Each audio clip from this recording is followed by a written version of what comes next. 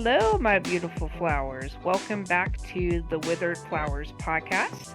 I am your host, Auntie Laura, and with me today is Digital Girl. Hello. And today we are going to talk about chapter 3. Yes, But before we get started, so are you ready for all this winter shenanigans weather we're about to get? absolutely not. We're in two different locations, but we're both going to get slammed all the same by the winter apocalypse. I'm absolutely not prepared. I need to do some last minute scrambling to store up my little supplies like the squirrel that I am. And after that, it's all Oh. good. It's all good. Well, me and my husband braved the grocery store and we made it out intact. And I got my little bit of supplies because I was very salty that the last time I went grocery shopping, I could not find my chocolate almond milk. And I am not going to apologize for sounding bougie. But I got my stuff, and you know what? I'm just going to tuck in and see what comes down the pike. So hopefully it won't be too much of a snowpocalypse, but you gotta love the winter. Gotta love the winter. I'm going to brave the war zone that is Trader Joe's to scavenge for my winter supplies. Um, there will be no Uber Eats ordering. Just an FYI. Shout out to Uber Eats. Love you, mean it. One day, hopefully, you'll notice us.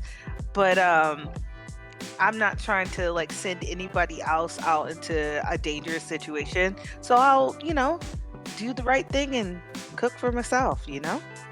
Oh, definitely. Like we made a Costco run a couple days ago, so we still have some of that. So between like today and Costco, like yeah, we're all good. And I know the hubby wants to go Pokemon hunting, but I think the fact that we're going to possibly get 3 to 6 inches of snow is probably going to be a no-go for Pokemon.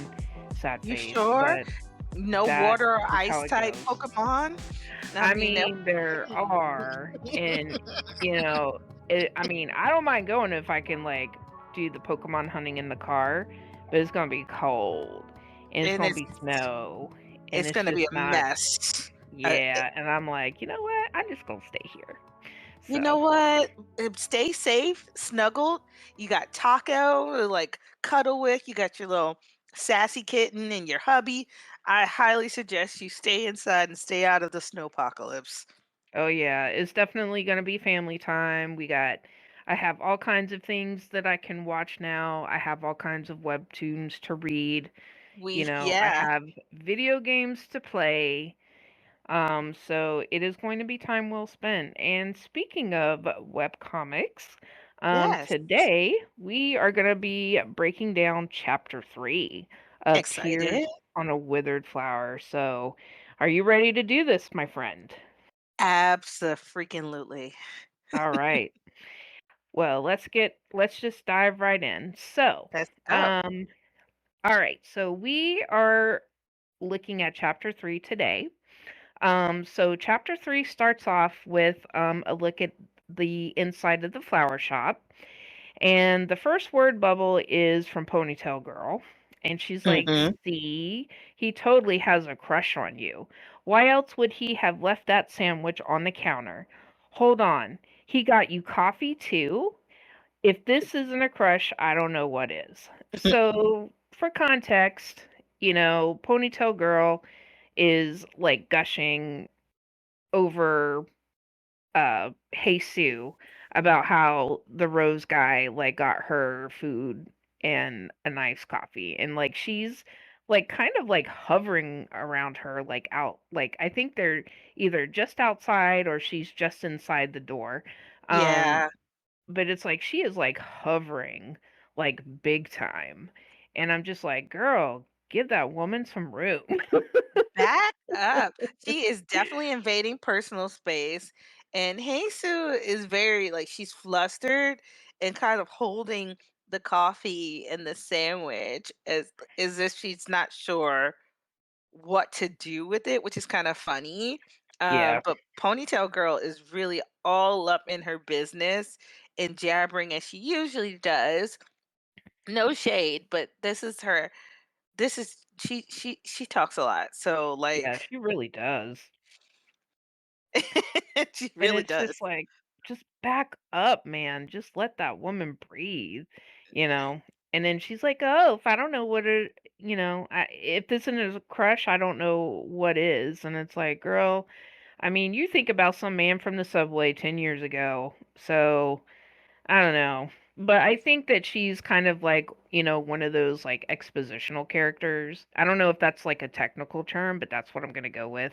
But I think she is like the vehicle for us to kind of, as if we didn't already pick up on the vibe that Rose Guy probably likes her. So I feel like that's what the purpose of her character is right now. Um, so Yeah. and then I feel bad because like Jesus is just trying to like walk into the freaking door. And, like the next panel that we get, she says, "In that moment, I found myself wondering if I really came across as that sad and helpless. The Mm. reflection on the store window showed me a woman with a bare, gloomy face, her body covered in pain relief patches like tape holding a broken doll together. His action felt more like pity or charity than interest." So Girl, yes, once again, we get like an inner, like just glimpse into how low her self image is. Um, because you know we talked in chapter 2 of just about how muted her colors were, how kind of sad her thought process was. And even in this moment when her colleague is so giddy about like the attention that Rose Guy is giving her, she's thinking to herself, she's like, do I look that pitiful? Instead of thinking maybe this guy is looking at me because he finds me attractive. She does not find herself attractive.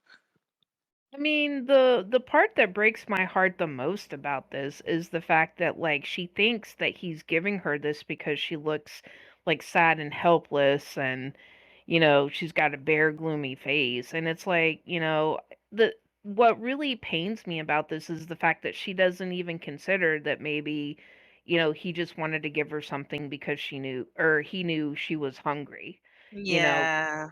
and that's like the thing.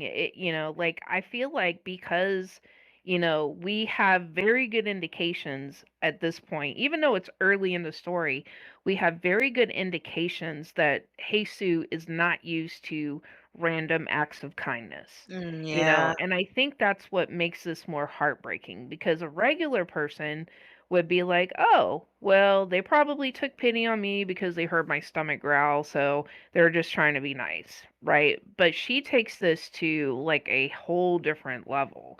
Like, it's, "Oh, he gave this to me because he pities me because I look sad and pathetic and worn out. My body's covered in pain patches, blah, blah, blah." Like, she takes it to a very like depressing, dark place. Whereas a regular person would just be like, "Oh, he's being nice." And that just kind of tells you like a lot about her mindset and like the way that she views her life is going. I wonder, like, if you think about um her interaction, let's say, with Mincheol in the first couple of chapters, the thoughts that she has very much is like a reflection and echo of the things that Mincheol has said to her about her looks. Mhm. Yep. She's boring, she's, you know, like dried out. She needs to like put on makeup, and she's looking at herself, and it's almost like the ghost of Mincheol's past, or literally Mhm. Mincheol's of days ago, is literally echoing in her head, and she's repeating it to herself. And when you repeat negative information to yourself, it becomes a part of you. So Yeah, it really I feel does. bad for her. And then she's covered in pain patches, right? So she's like, she's not necessarily feeling that best version of herself either. So it's like an Yeah. indicator that she's experiencing discomfort outside of like low self-esteem. She's actually experiencing bodily discomfort from the lifestyle that she currently is living that is going unaddressed, really. Oh, definitely. I mean, and we've talked about this before, like, like on the Discord server and even in our like our chapter discussions that we do every Friday, shameless plug. Mhm. Um, about how like, cuz basically she's like burning the candles at both ends, and we all know anybody who has ever worked a job that requires long hours, like if you work in culinary, for example, which I have and I know Yes. Digital Girl has, Yes. that takes a very big toll on your body. Like for Indeed it me, does. I was doing an internship to get my degree in baking and patisserie, and I was working at a bakery.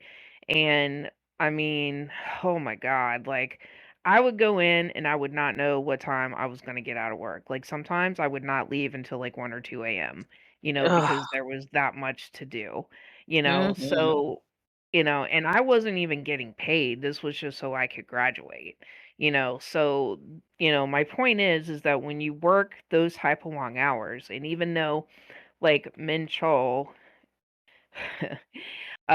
likes to just chalk it up to her having just a couple of part-time gigs.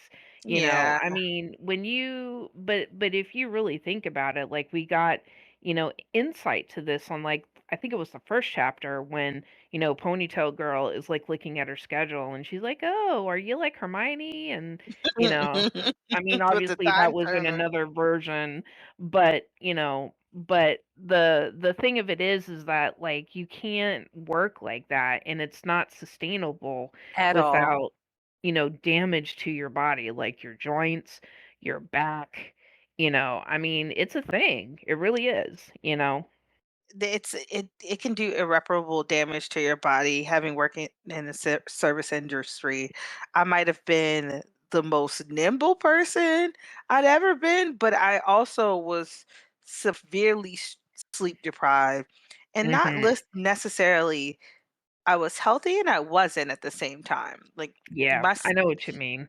Because you enjoy it and you do it and you do it to live, but then, like there's certain things like factors that I've even noticed later on with working such fierce schedules, like the amount of stress that Mhm. in the many times that I ended up feeling ill or getting ill because I wasn't properly resting my body.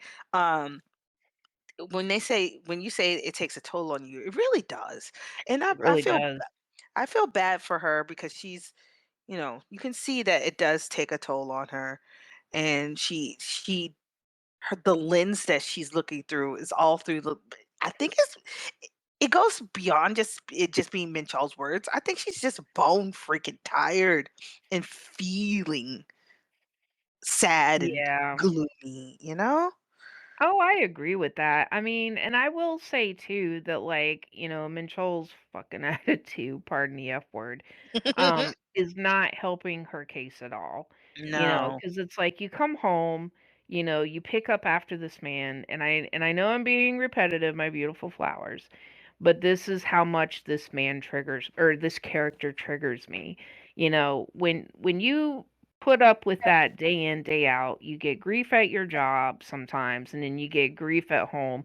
I mean, it's no wonder that like she's probably exhausted and feels like withered. So I just Yeah. I just wish I could give her a warm chocolate chip cookie and a hug. A warm chocolate chip cookie with actual like a fortune cookie full of self-esteem because you can't just give her a cookie. You got to give her Yeah. a hug and tell her she's worth the damn cookie, you know? Yeah, she's worth Uh, more. She's worth like dozens of cookies. yeah, Um, but the truck's full. Um so as there's a lot of introspection in this novel, well, in this webtoon, um, and she's still introspective about her meeting the rose guy and helping him, and she's thinking to herself in the next panels, I mean, if I heard someone's stomach growling that loudly, I probably would have gotten them a sandwich too. But just what if what he'd expressed had been, in fact, interest, like her coworker says? Then I should draw a line, right? Now, these few panels, I I really want to hone in on something, right? We talked about color theory quite a bit, especially when we were talking about chapter 2. I want to look specifically at the panel where she's thinking about if this guy is interested in me, right? Like, wait, the ponytail girl saying, right? The coworker has told me that it seems like flower guy's interested in me. I should draw a line. Something that's critical that I didn't notice every time I've read this chapter is that there is a red line dividing Heisu and the rose guy. And on one side, where the rose guy is, there's sunshine. His colors are vibrant. We get the halo. And then on the other side, Heisu and her surroundings are gray. Do you see Yeah. that? I do, and if you really look at it, like, if you look at the wall, right, like, the bottom part of the wall, so if you look on, like, Teha's side, you see that it's a more I mean, the colors are still muted, but you see, like, it looks like a yellowish kinda color. Yes. It's a very pretty color, actually, but Mhm. then when you look on Jesu's side, it's, like, very, Gray. very, very dull gray, like, there's just the smallest, tiniest hint of a color. And to be honest, her figure, the way she's drawn, looks completely grayed out. Yep. Like you can maybe make out a little bit of color like on her face, but that is about it. You Not know, even. She's yeah. gray. She's only in her coloring, hair, eyes, everything are just different shades of gray. There is no color on her at all. And I did not notice that. But, like there's this light on one side, dullness and no vibrancy whatsoever on hers. It's Yes. crazy. Yeah. I mean, what's interesting to me is the fact that she's talking about drawing a line, but yet she and I'm just making some assumptions here, but Mhm. I kind of feel like that because she's seeing the color, like we're seeing the color on the other side, it makes me wonder if maybe, that's how she sees it, because he's, obviously like, younger and you know, more vibrant, I guess. You And know what I main mean? character, remember, he's Yeah, from a like main different world. Oh, yeah. She's the side of the world who thinks of themselves as a non-playable character that no one notices, and then there's the main character first, the way she envisioned him when she finally paid attention to him, actually. She Mhm. envisioned him as a main character, and it's like this shiny person standing on a side of the line that I cannot cross and will not cross. Which Yeah. is I mean, I think it's very interesting though that she's like, but just what if? Because I feel like Hey Sue is not really a coulda, shoulda, woulda person because I Mhm. feel like I mean, and obviously this particular observation that I'm about to make is through the lens of seeing her throughout the series, but even just at this point, like even from like chapter 2 or yeah, I think it was chapter 2 or chapter 1 when Mincheol's like, "Oh, you don't wear makeup." And she's like, "Well, we can't afford it." So, right there, you see that she has a very, very practical side. Yep. She doesn't really entertain like coulda, shoulda, wouldas or what if, what if, what if. Like for her, I feel like she needs like cold hard facts. Mhm. And I think it's interesting that she's actually kind of sort of entertaining the idea. I mean, but to be fair, this is like Rose guy that we're talking about. Like he's like tall, dark, handsome, and Korean. And I mean, that would make my day if somebody like him were to like buy me a sandwich and come straight up to me and be like, "Hey, can you take my order?" I mean, I would be super flattered, um, and shocked, but I would be super flattered too. I mean, he's very, very easy on the eyes. So I think it's Yes. kind of cool that like she's thinking about that. I think it's cool that she's thinking about it too. It would make me crack a smile and be like, "Oh, wow." Like for at least a day or so until I got over it. But, the fact that he's even thinking of it says something about the it just shows that she noticed his existence. And Yes. more to come on that. Oh, Um definitely. so she goes on to like think internally. It's like back in the next panel, it's just a picture of her arm setting down the iced coffee that he gave her. And she's thinking to herself, well, this is definitely a sign that I'm getting comfortable here. Daydreaming about things that would never even happen. And then that next panel, um, Ponytail is back to, her continuous chattering, asking Jesus, what are you going to do now? And Jesus looks and says, what do you mean? And Ponytail Girl says, you said you have a boyfriend. Are you planning on rejecting the Rose guy? Or or are you going to break up with your boyfriend and date him instead? Is he going to be your rebound? Hmm? Now she's getting all worked up like she usually does. Meanwhile, Jesus just looking at her like flustered, Girl, like, please. girl, please. And she's like, what is going on?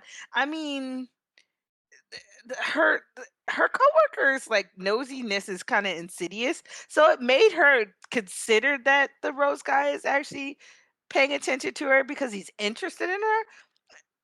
Because she does not think that it's possible, right? She literally is kind of like the panel where she's just thinking to herself, I must be getting comfortable because I'm thinking of things that would never happen. Like, But I think that that also speaks to like how practical that she is. And, honestly, I think it's kind of good that she's like doing a little bit of daydreaming because and I'm going to sound a little philosophical here, so please give Auntie some grace. But I kind of feel like as we become adults, like when you're young, you have all of these dreams, right? hmm Oh, I'm going to be an astronaut, or oh, I'm going to be the president of the United States, or whatever. But as you get older, those dreams change, and eventually you just get to a place where you just stop dreaming at all. Like yeah, life has just kind of beating you down a little bit. You got a mortgage. You're trying to figure out where your rent is going to come from. You're trying to figure out, how you're going to rob Peter to pay Paul because that's what life does. It yep, can suck it out of you. So at some point, I feel like we stop dreaming about a better life. We always hope for a better life, but we stop dreaming because we know at up to a certain point we know when something is no longer attainable. And I'm sorry that this may sound depressing, but my point is that she has already hit this point and she's only like 33, right? We know that she's like like just over 30. And honestly, that makes me sad. And it makes me wonder if she ever had the space to dream of anything. You know what I mean? Like, yeah, her dreams may not be big. Maybe she just dreamt of having a comfortable life, with, like a house, an affordable house, not, living in the lap of luxury, but just, not having to struggle and just being comfortable enough. And, for someone like her, I would think that that would be a huge dream.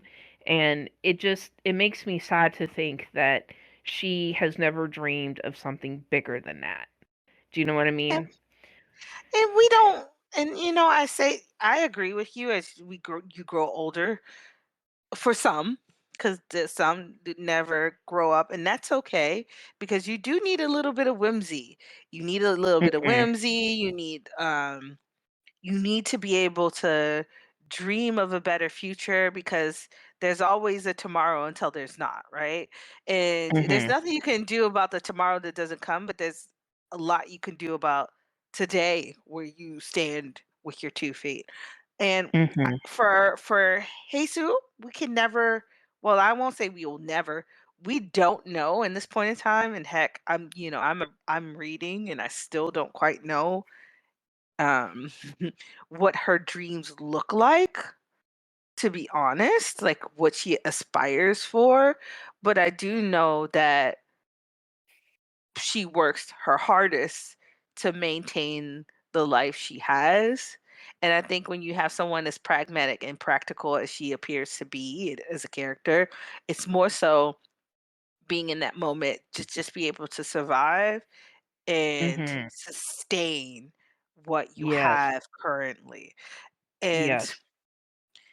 I any thoughts outside of that square or those two functions that she's currently working with is not it's not something that she can contemplate because that having the ability to have whimsy, having the ability to dream, having the ability to take space for yourself to even consider your future, sometimes it's a luxury. Oh yeah, I'm glad you said that because that was the first thing I thought of is when you said all of that is that sounds like that would be more of a luxury for her. And, and like for her, like she doesn't have any luxury at all. None. And the fact that like she's like, "Oh, I'm daydreaming. I must be comfortable." I'm just like, "Girl, you are not daydreaming. You are just thinking." Very much so. The fact that she considered anything outside of my husband and work is considered whimsy, right? And let's be Mhm. real, when it comes to the luxury of being daring to dream, right? This woman wakes up early in the morning to make sure her husband has food. She has 2 jobs. One she works at night, one she works during the day. I'm not sure what the schedule looks like, but even her coworker, the Ponytail, says that her schedule is crazy, right? And Mhm. we're into chapter 3, right?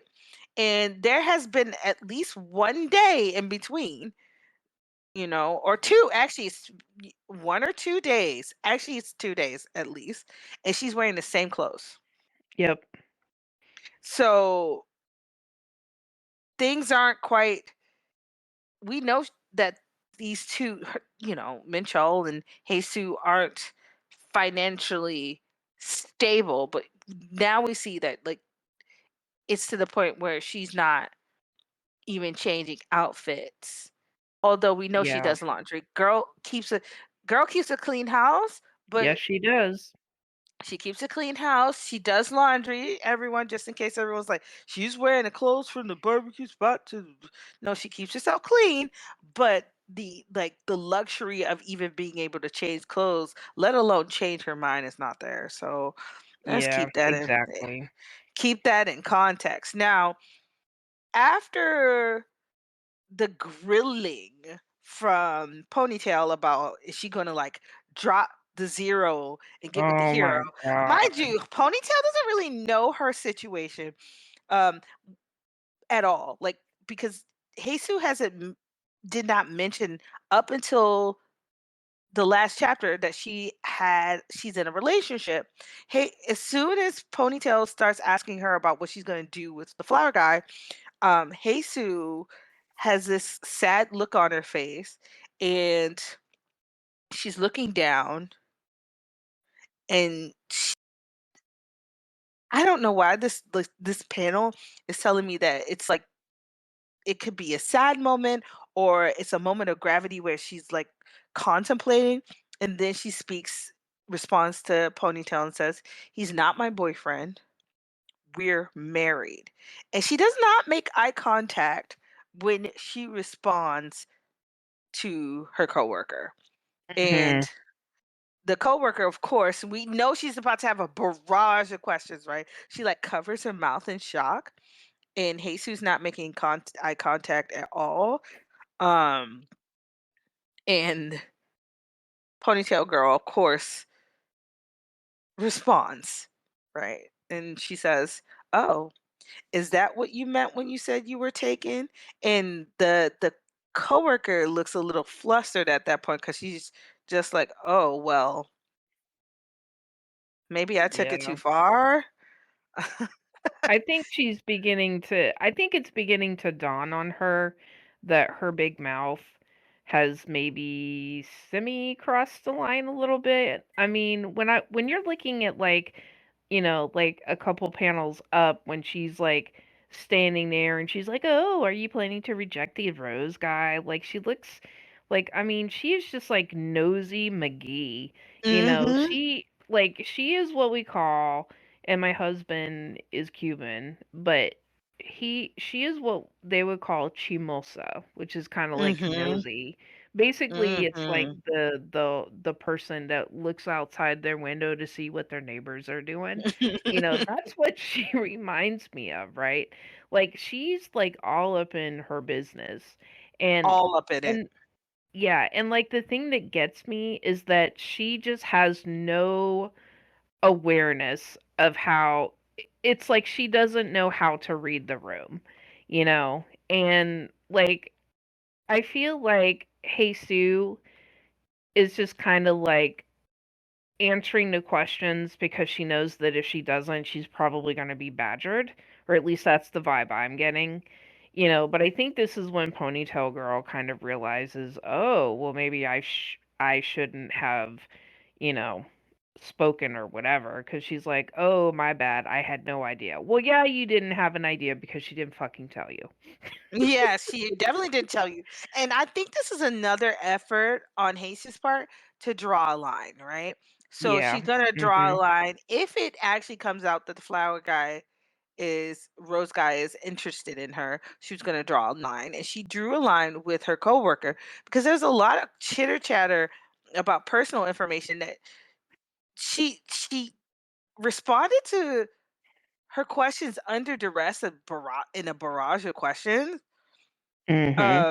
And now she kind of drew the line. It's like, okay, here's a boundary. I'm not just dating someone, I have a husband, okay? So this kind of conversation shouldn't happen. And um I get it. When you're like young, you don't necessarily, and this is not, I guess I'm saying a stereotype, but for all of us, social situations, you don't really always pick up on social cues. And I don't actually Mhm. think that's something that's young. I think that's just a person. But as you spend more time in society and you talk to people and you are able to, you grow your emotional like intelligence, you'll take in the fact that you don't go literally harassing people about their personal life.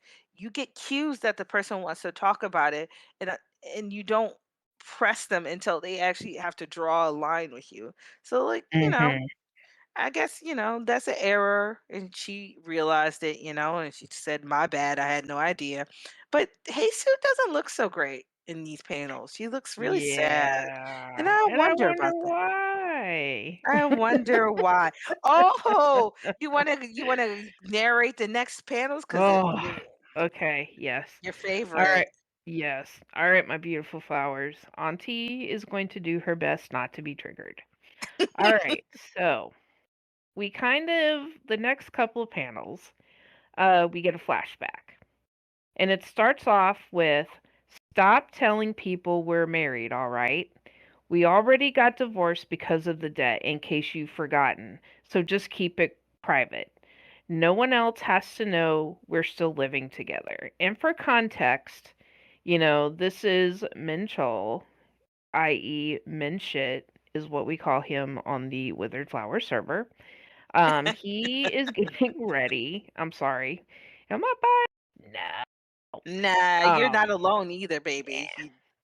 But anyway, Mincheol, it looks like he's getting ready for work. He's tying on his tie. Jesus like standing there. Look, obviously it looks like they're, like talking or whatever. And so he's like, no one else has to know we're still living together. Even though we're divorced, it's fucking embarrassing. And I just want to point out, like in this particular panel, it shows Minchol still trying to tie his tie. Jesus is standing next to them. Like we don't see their eyes, but we see from like the nose down. And I could see like the way Jesus' body language is. She's like really like kind of tensed up. She's, kind of, you know, pulling into herself, if that makes sense. And, Mm-hmm. and then just it's fucking embarrassing. My beautiful flowers. It is fucking embarrassing that she has a husband like that. Yep. And where do we start? There is a lot to unpack here. Where So do we start? much. I guess we start with the beginning. The fact that these two are no longer married, they're Dun dun living dun. together, they're divorced, and they're not divorced because they decided to separate because they're dissolving the marriage itself and their partnership. They got divorced because of debt. Mm-hmm. And Minchall doesn't want her telling anyone that they are married because he says it's embarrassing. But you want to continue to play house Mm-hmm. and have her work a million hours to sustain both of you. Mm-hmm. Am I lost? Am I in bizarro world? Cause where does he have the audacity to be able to The talk to audacity? audacity. I'm sorry, He's I not could in not hold that back. the audacity. Um, and now we know why Jesus looked the way she did and how sad she looks in the previous panels because he wasn't supposed to tell anyone that she is married and living with her partner who is her partner, but they're divorced because of that. Like, here's the thing, right? Here's the thing, my flowers. If they are only divorced because of the debt, but they're still living in a partnership, they're still like common law married. I'm not sure if common law marriage exists in Korea, but in reality, y'all haven't moved on from each other. The whole embarrassing part of it shouldn't be embarrassing, is that you're in debt, not that you're married. Yeah. I mean, this is what really got to me cuz like the last episode, the last chapter, we saw his king of the castle like fucking attitude, right? Mhm. And now he is like lording over her the fact that they're divorced, because of debt, and he doesn't want anyone to know that they're married. He wants to keep it private. Why, sir? Why would you want to keep that private? I mean, Right. come on, bro. Like, this woman is working herself to the bone for you.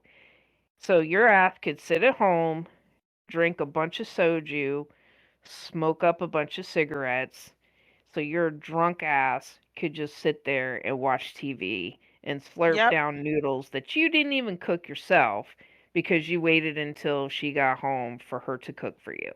Yep. So, Broseph, if that was, I will tell you this right now, and this is, my mother, I am channeling my mother's energy right now. And if I was Jesus, that man would have fucking starved. If you can't get off your ass and cook yourself some damn noodles, and it's not like it's that hard. Can you boil water? Yes. Can you put some noodles in a water? Yes. Can you open up a flavor packet and put it in there? Yes. All right, then you know how to cook yourself some fucking dinner. Mhm. I am sorry. Auntie's redneck is coming out. This is Well, how much this man triggers me. I mean, understood. And you mm, know what?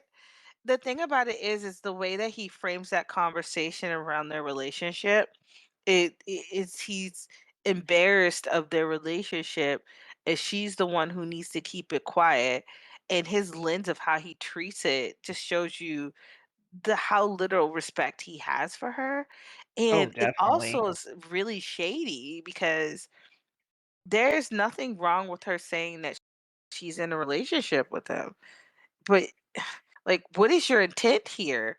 And there's, Mhm. the picture of him like getting dressed up and is putting on his suit and she's looking at him while he gets dressed for, work. And it's all it's all just yuck. And if we talk about colors, right?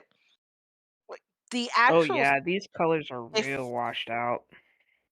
washed out but bordered in black. Like the whole Mhm. conversation is bordered in black. Whereas like the previous panels when we were just in the flower shop, it was still light. Sometimes the light would dim depending on how Peso's thought process was going, but it wasn't bordered in like blackness. And this flashback just that I would have there would have been a Mm-mm. lot of um the room. I would make shit shake. I'm so sorry. I would have made shit shake in that house because you mean to tell me that the house that I'm maintaining with my blood, sweat, and tears for you and for myself, I can't talk about our relationship in any way, shape, or form because you find us embarrassing? Yeah, he would have found out. Oh, yeah, and I wanna bring up real quick too that he didn't seem all that embarrassed when he was groping all up on her on the last chapter. Oh, So he where did was not your seem embarrassed. embarrassment now, sir? Where was your fucking embarrassment? Right up I his mean, butt, right up his you butt got some along with his brain. cojones to be like that. You have some sheer cojones to try to grope all up on her after you done told her that it's embarrassing to tell people that you're married when you're divorced because of debt. But you're still living with her. So Yep. I'm just Living gonna and leeching. let that right there. Living and leeching babies. So she goes on from there and, says to her coworker, "Yes, I have a husband. I'd appreciate if we could stop talking about this." And the coworker finally gets the point and just says, "Of course, I'm sorry." So we flash on to another scene. So we cut over and we get a glimpse of an office setting with little cubbies. And in there we see um Auntie's favorite person, Mincheol, Ugh, bleh. in his chair working on something, and someone comes up and greets him and says, "Hi, Mincheol." And we see a pretty girl dressed in office clothes with, two two cups of some substance. We don't know what it is. And she says, "I got coffee for you." Huzzah, it's coffee. And Minchall looks down at the coffee, and on the coffee, there's a post-it note, and it says, "Have a nice day." So when he sees that note, he just kind of chuckles, and then the pretty coworker, goes on about her day humming, and he says, "That's cute." So these panels, so we can see that Minchall, unlike Jesus, Minchall is working in an office. He has his own cubby. Not quite sure what his role is. Suppose he's an office clerk of some sort. And I think he's new at this office. He's new. This is a new job, I think. And Yeah, it is. already there is a woman showing some interest Because you don't go giving people coffee unsolicited and then putting little cutesy notes on there. Yeah, I know that's definitely something that we don't do in the States, at least. Um, I mean, I don't know, like, so we kind of get like an idea that like Mincheol kind of has a little bit of a wondering eye, right? Because, and we can tell that like his coworker is kind of into him a little bit. Because like he's looking at the coffee and he's looking at her walking away, and he's talking about how cute that is. And then in the next panel, we get, looks like it's like outside, probably a smoking area because it looks like there's smoke. And then we get a word bubble and it says, Ari is one of the prettier ones, I'd say. She's only 25, right? It's good to be young. At that age, they're still so fresh and firm. Ha ha Ew. ha ha ha. Now, for context, my beautiful flowers, it's like Minchol and his like male coworkers sitting, they're all standing outside smoking cigarettes.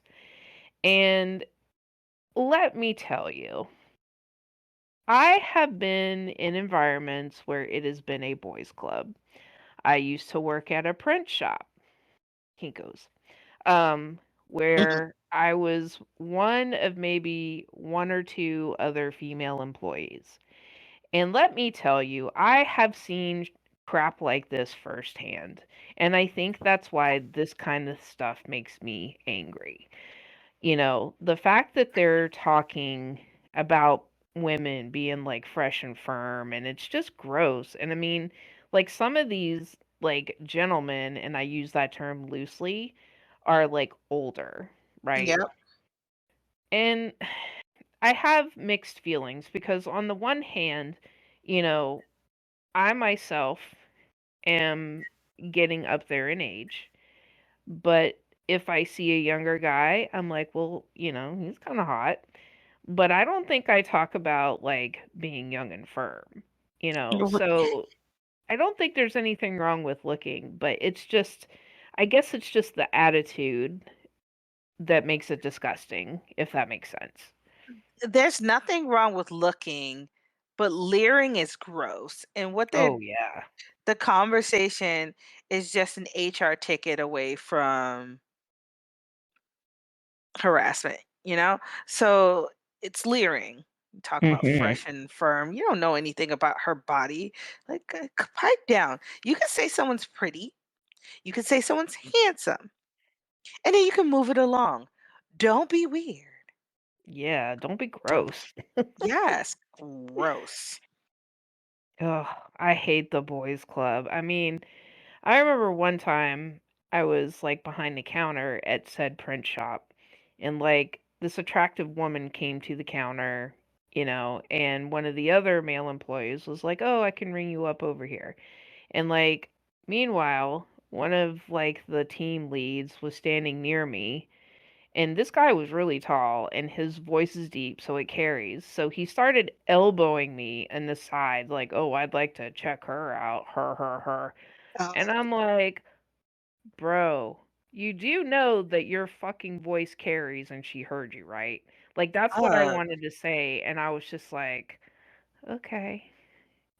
Like, that's the type of shit that I feel like we're looking at right now, you know, where they're making it completely obvious what they're talking about.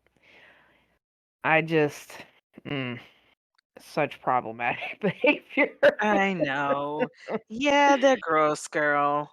I Oh, man. mean, they're gross. Um, Mincheol even thinks they're gross, which means we're in agreement. Because in the next panel, he says, "Fresh and firm." Just listen to this old creep. But then he goes and he ruins it, right? Because we get a Mhm. flashback of a close up of the coffee cup that has a post-it on it that says, Have a nice day." And we get his inner dialogue, and he's just contemplating, well, the young ones are quite cute, I guess. Because, Ari got him, coffee. And Mhm. the managers addresses Mincheol again, and he says, "Mincheol, I couldn't help but to notice Ari is very interested in you. She got all prickly when we asked if she was looking for a special someone, but the way she looks at you, phew, she has little hearts shooting out of her eyes." First of Ugh, all, why are you know what? It could be a cultural thing, and I think it is. In the office culture, people talk about relationships, and you know, may toe the line on appropriate conversation when it comes to whether somebody's married or in a relationship or trying to meet people. People get a little too nosy. It's kind of like yeah, they do. juxtapose the previous situation where we have Jesus, who's very hesitant to talk about her relationship and being bombarded by her coworker with questions about who she's interested in, and if she's going to, like, just because a man shows her interest, should she like drop her current partner to be with the stranger that she doesn't know the name of. And here's these guys in the office doing kind of the same thing, where they're like, "Hey, we noticed that it's noticeable at this point, I guess, because this is not this there has to be more than one occurrence for people to like remark on it, that Mincheol's coworker Ari, who's younger than him, mind you, she's not that young, she's 25, is, you know, appropriate age, but Mhm. they've noticed that she's interested in him, and now they're like kind of egging him on, right? Which gross. Um, and Yeah, here, that goes back to that whole, like, boys club shit, you know? yeah, I mean, and to be fair, like, sometimes women do the same thing. They'll be like, "Oh, I noticed so and so from accounting was looking at you." You know? So, I just wanna be fair that it's not just men, women do this kind of too, and it's still kinda like, cringy. it's not appropriate. But honestly, like these two particular, like this situation is a mirror of the situation that happened in the flower shop, right? Yes. Because Parallels. it's there's parallels, right? But here's the thing, the you the coworkers are really there's more coworkers for Minchal, and they're blowing his head up, and they're like, "Oh, it's because Minchal is so handsome." And another coworker chimes in and says, "You're 33 and single." We'll come back to that. Huh? That's the perfect age to snatch up a woman like her. And he's been telling people in the office, y'all, that he's single. And Mhm. going back to that conversation you had with Jesus, don't be telling people that we're divorced and living together because it's embarrassing. And he's telling people in his office that he is single and ready to mingle. So he we see in that panel that he's smoking a cigarette, and he notices something, and then we see what's in his view. There's Ari and her coworker walking with drinks, and they notice each other. They notice Minchal in the smoke area, and then Ari like turns to her coworker who starts giggling, and she tells her to stop laughing. So it's kind of like those situations where kind of very high schoolish, where you have a crush on someone and you make eye Mhm. contact, and your Yep. homegirls with you, and y'all like make the little you get all Like, nervous and giddy. "Ooh, Ooh, like, and she's like, "Don't laugh." So, stop." Sorry. so, so the here goes Minchal back to Minchal's view, and they're like, he's like, "Yeah, I'm single, all right." Mm. And then he got coworkers rooting around him again, and he's like, they're saying, "Give her a shot then. She's definitely easy on the eyes." And this man says, "Maybe I will." So back to the Ugh. audacity. You broke boy living with your ex-wife, still your partner, in a one-bedroom apartment in Seoul, Korea, the semi-basement apartment in Seoul, Korea. Your partner has to work multiple jobs to help support you and her. You are telling Yes. people at work that you are single, and they are boosting up your head, and you're talking about maybe you'll give your coworker a chance, knowing full and well she's interested. No lines are drawn. Meanwhile, your Jesus is ready to draw a line and put boundaries in place with a guy who hasn't. It's not even confirmed that he's interested in her. Yeah, and that's what I know that's something that we like talk about a lot on the servers is parallels. And I think this is actually a very very interesting start to this story because we're still in the third chapter. You know, we're Mhm. still like at the beginning of the story because you have like two people who obviously have like some kind of connection talking about Mincheol and Jesus, and he wants to keep it on the DL. He doesn't want to tell people that he's married because technically they aren't. Technically they are divorced. But Mhm. to Jesus' way of thinking, that's only a technicality. And, but what Mhm. I find like problematic, like where do I begin with the red flags here? Like the biggest thing to Mm. me is that he divorced her because of the debt. Let me Yep. say it out loud for the people in the back and the people that ship this MFer. He divorced her because of the debt, and he said he was single even though he lives with her. And he tried to have intimacy with her. Yep. So WTF here. Like this is where I think we really get to see like how bad their relationship is. Like we've already seen it, but I think this is when we see that Minchol has basically like checked out. We already see that he's kind of like, he's got like a wandering eye. And it's not even like he's going after anyone. Like this kind of like happened, right? Um and it's just so problematic. And what doesn't help is like what you were saying earlier, like how they were talking about it.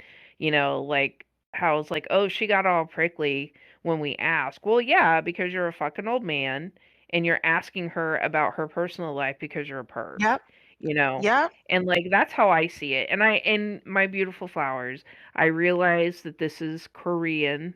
This is in South Korea, and the culture there is very different than what it is in the States. And honestly, here in the States, if your manager or a coworker tries to badger you about your personal relationships, that would be considered harassment.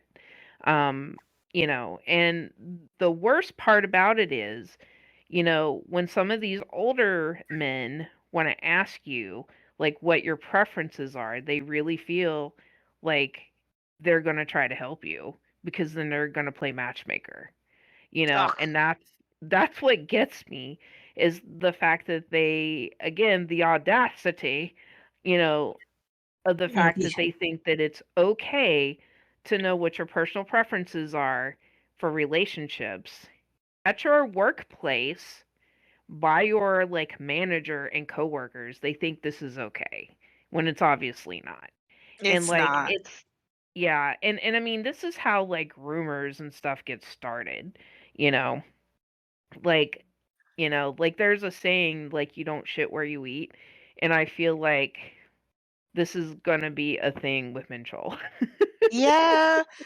Here's the thing, like going back to like talking about the debt, like I understand that in order to get jobs, even like working it in American culture, there are some places in the United States, if you're working in like a Fortune 500 company or you're working for like, maybe even in finance, some of these jobs pull your credit, right? Mhm. So, in order for you to be able to qualify for the job, you can't have bad credit. So, I get that in order for Mincheol to be able to nab the job that he has. He can't have a bad credit history following him. So it's very possible that the divorce to clear him of a debt could be I the mean, sole reason he got the job. This is not excusing it, right? But I'm going to go in now because I'm ready. I'm primed, baby. I'm primed. However, he doesn't have any proper boundaries on his relationship and talking about it, because he could have just as easily said when they were talking about relationships that I don't really want to talk about mine. I'd rather keep that private, right? But he's announced to all concerned, who, all office at this point, that he's single. yeah. He could have even said that he's in a relationship. It has nothing, like, but you're telling people you're single. So you're broadcasting that to the greater populace while living with someone who is basically taking care of you from Mhm. dawn till dusk, which is Yep. audacious. Not only that, there even if someone is interested in you, you can always put boundaries up and say, I don't want to do that, or I cannot do that, regardless, even if you want to keep your situation private. But no, this is Mincho basically is like, "Oh, she's interested in me. Maybe I'll give her a try. Maybe." So he's broadcasting to his busybody coworkers that he may entertain her interest. Yeah. And it's really, I mean, I just really hate like this boys club mentality. I really do. I mean, I don't know, just everything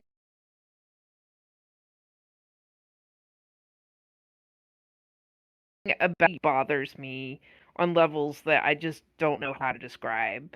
And I think, you know, I think it's just because we're seeing how, you know, how we have two people who have very, very different views of their relationships, and Yeah, how, and not only that, but we also are seeing like, Jesus' first instinct is to draw a line.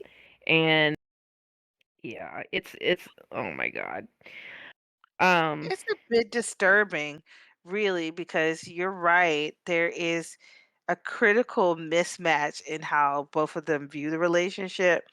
And you know, even seeing from this chapter, it's clear that misunderstanding and that gap between them is going to grow, right? Um, mhm, and the fun keeps going because we we flash away and move on from the office scene, and now we see Minchall at home in his lounge clothes. He's laying on the floor, he's watching TV. Behind him, um Sue is wearing her lounge clothes, and she's folding laundry, and he has his back to her, mind you. She's, of course, doing chores like the Cinderella she is. And she asks him, "How's work?" And his response to her question is, "Thought you'd never ask.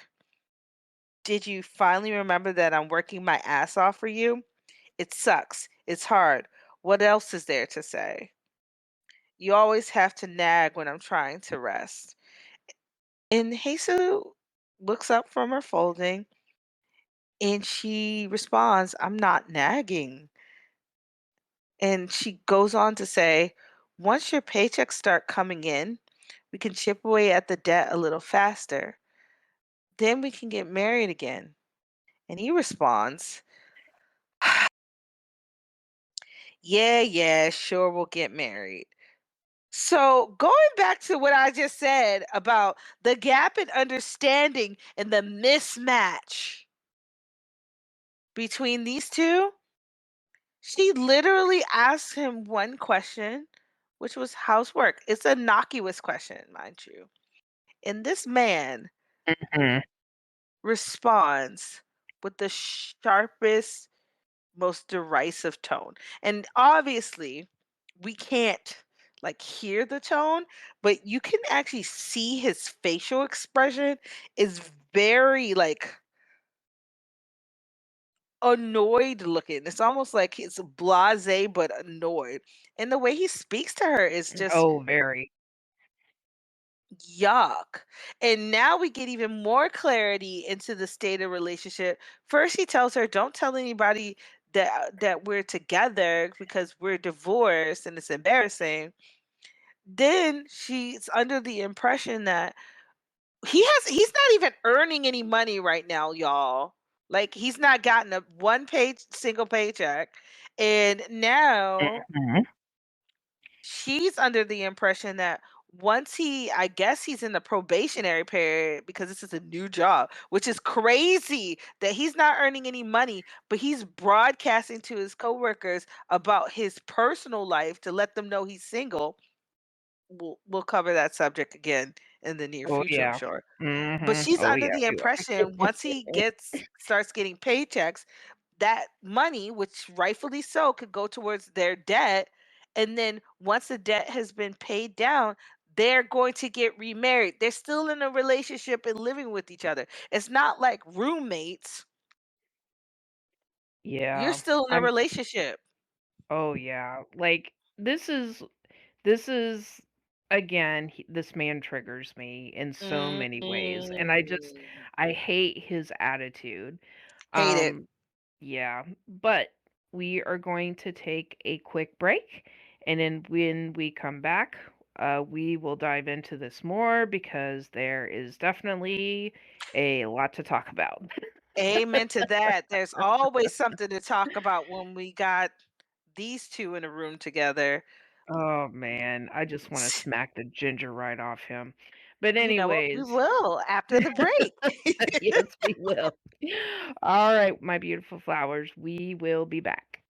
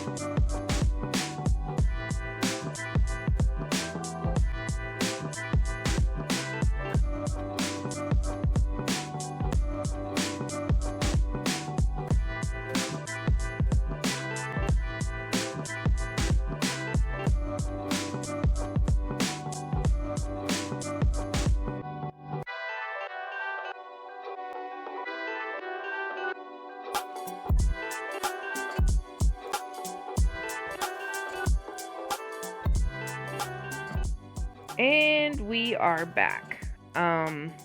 So when we last left off, Digital Girl was going through the panels where both Jesus and Mincheol are at home. He's watching TV, and of course, she's folding clothes.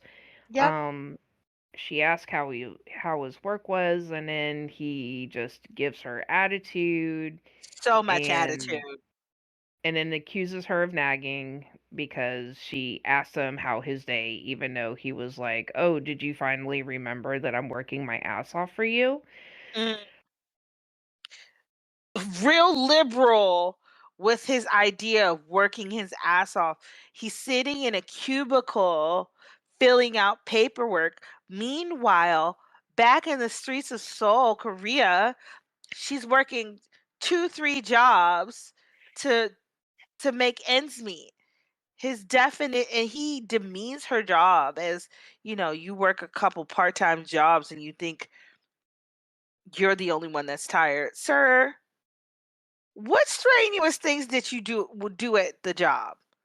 That's what I'm saying. Like, you lifted a coffee cup, You had some like questionable water cooler talk. while Eyed your smoking a female, cigarette. yeah, and eyed your female coworker considering, doing things.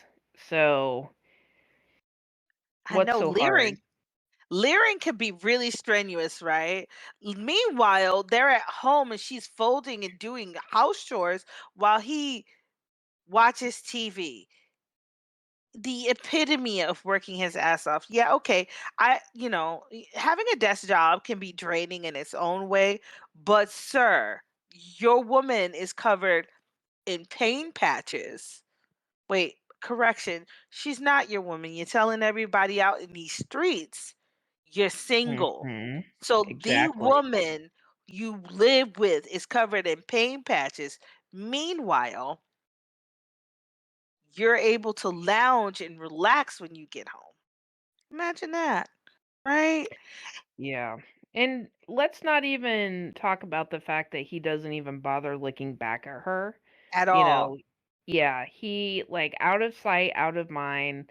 We know from earlier on that he has mentally checked out of this relationship. And all he's really doing is bitching anyway. Like he's like thought you'd never ask when she did ask him how was work. And then he tells her, "Oh, well, it sucks. What else is there to say?" And, "Oh, you're always having to nag at me when I'm trying to rest." And she's like, "I'm not nagging." And then she starts, talking about the whole thing with the paychecks, like, "Hey, once you get your checks coming in, we can chip away at the debt a little faster and then we can get married again." And then, without missing a beat, not even turning to lick her in her face, he's like, "Yeah, yeah, sure, we'll get married, once the debt is gone." And she's like, "I know." And oh, no, he's like, "I know, you can't do anything without me." Okay, where do I start? Ugh. First off, she got a job without you telling her to do so. She also cleaned the house without you telling her to do so. She cooked her food without you telling her to do so. She gets up to go to work without you telling her to do so. I'm just saying. I'm just saying. She I- keeps uh, your house clean without you having to tell her. As if he's really talking right now. The His tone with her while she's talking about, getting married again, getting remarried after the debt has been cleared. He doesn't look at her, as you said, but his tone is derisive and it's also dismissive because he's like, "Yeah, yeah, we'll get married again. What? Yeah, yeah." Like, okay, sir. Not only that, he's telling her, "I know you can't do anything without me." And we get a flash in the panel of her folding clothes and her hands are covered in band-aids. I mentioned earlier when she was at the flower shop, she was covered in paint patches. Her hands are covered in bandages because most likely, working at a flower shop, you got flowers that have their own self-defense mechanisms to keep you from Mhm. plucking them. So she probably got her hands torn up from thorns and spiky Yep. flowers where she, Mhm. works. So she has proof of the hard work that she does s- littered all over her body.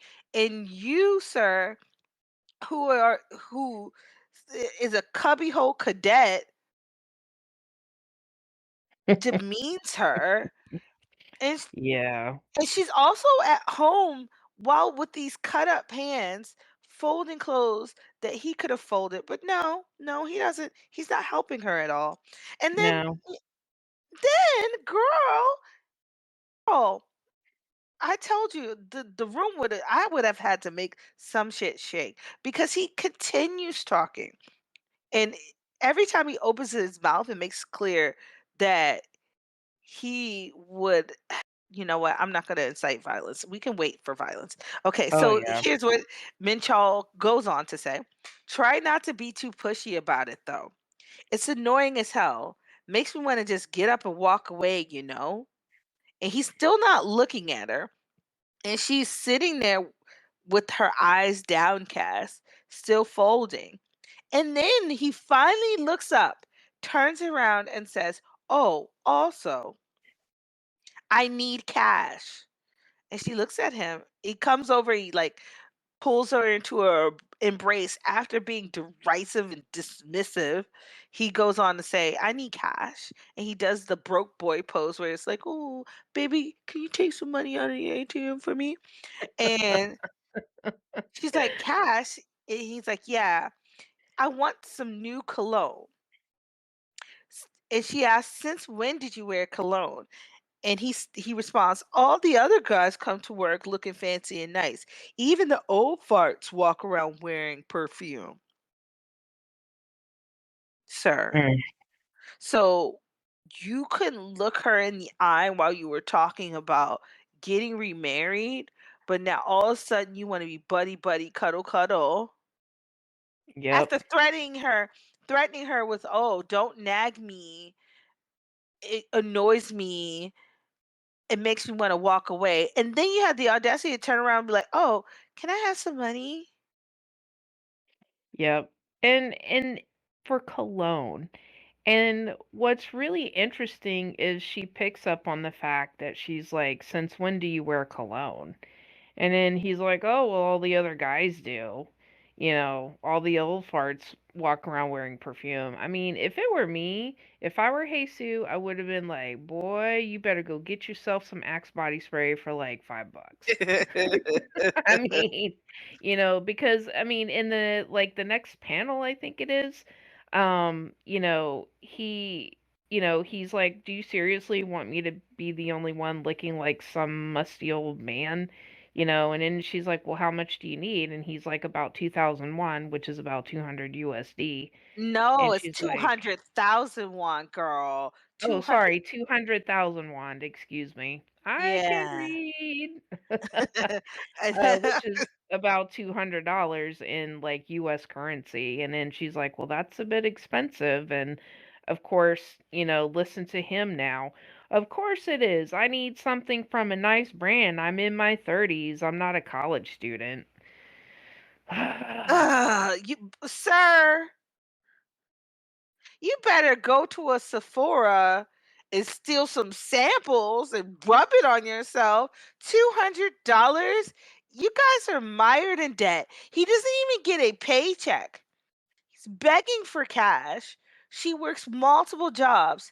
$200 for cologne?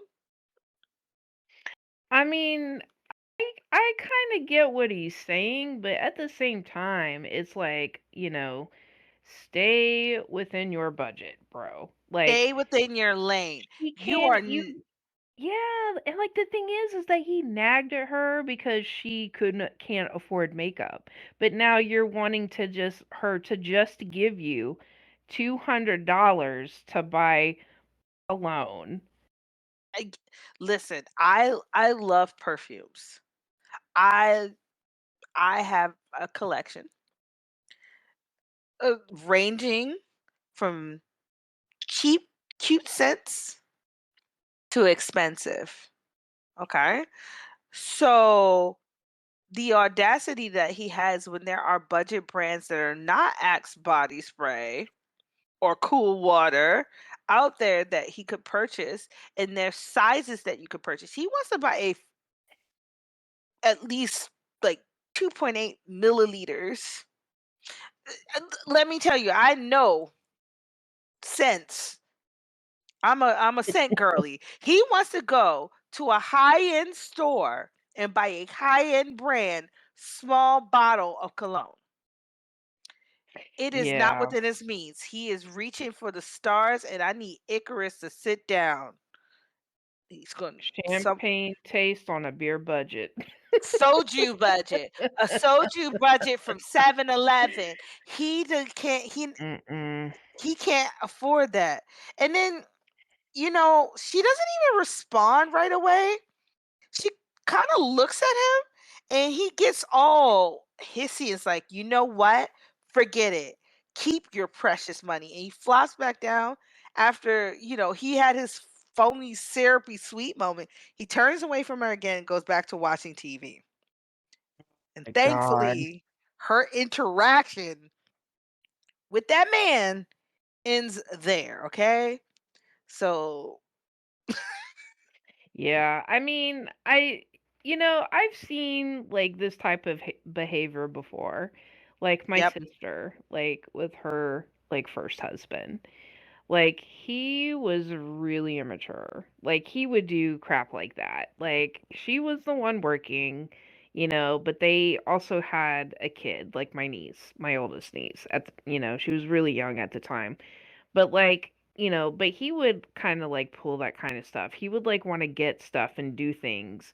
And they had a pretty good age gap actually. I want to say it would might have been like 10 years apart. And he was the older one, but like she obviously was younger, but it was amazing to me that she had to be the adult in a relationship Mhm. because it's like we can't afford it and then you pitch a fit, and it's like, bro, if you want the nice things, you have to get your ass out there. You need to bring home some bacon and sell that shit so you can afford the lifestyle that you want. And in Absolutely. and in saying that, I get that some people may not have the means to get the job that they need to earn the money that they get. And I am not one of those people who are going to say that just because you have assistance, like government assistance, like SNAP benefits or something like that, I am not one of those people that are like, oh, you can't have steak, you can't have cake. I will never tell you that because sometimes you just need to treat yourself, and it is Absolutely. okay to treat yourself. You are a human being. Sometimes you have a shit day and you just want a cookie, you just want a steak, you want a piece of cake, you just want a little something, something to make your life a little bit better. And I am not going to begrudge you that. But if you are spending $200 on perfume when you know you don't, one, can't afford it, and two, you're probably going to use this to try to bang another chick, that's when I take issue. Absolutely. I mean, Jesus said, that's a bit expensive. Like a natural reaction because they don't there's only one person earning income in that household right now, and they need to sh- Jesus making sure that they have a roof over their head. And he's Yep. asking for something extravagant, unreasonable actually. And there's ways to get around. You don't need $200 cologne when you're worried about how to keep a roof over your head. And if you want a brand, you can get a dupe very easily, Mhm. Yes. or you can get a sample size very, very reasonably, right? That is extravagant. Like if you want you know, a nice brand, but you can't afford a whole bottle, you can get sample sizes. So to go out of your way and get like pissed off because your partner has sticker shock from something that is would take a huge chunk of income. Mind you, let's not forget in chapter 1, Jesus had to take an advance from her boss for the month at the Korean Mhm. barbecue spot. And the reason she had asked for an advance was she didn't want him to deposit the money into her bank account because chances are I've been in the down in In the the dumps red. before. I've been down in the dumps. I had to rob Mhm. Peter to pay Paul.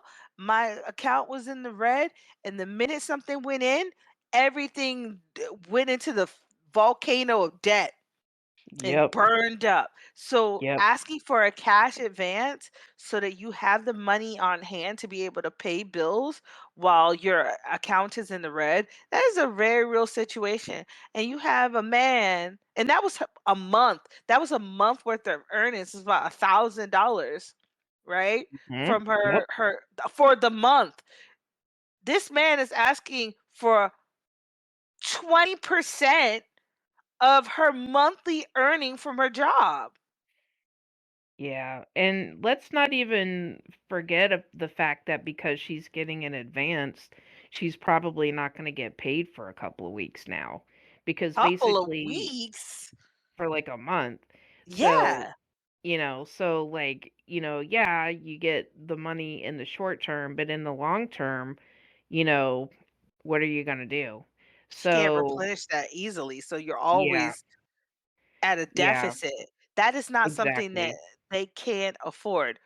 They can't afford that. And, as you said, it's not about, like, shaming someone for wanting to treat themselves, but, like, your knee-jerk responses to someone who is diligently working to keep both of you afloat, is to, like, throw a hissy fit is not acceptable.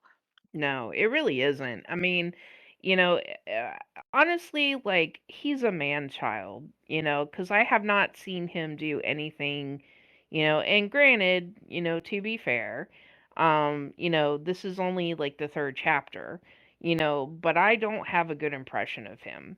And Not I at don't, all. and I know that we have read, we're pretty current, and there's things that happen which I'm not going to go into, but I know it doesn't improve.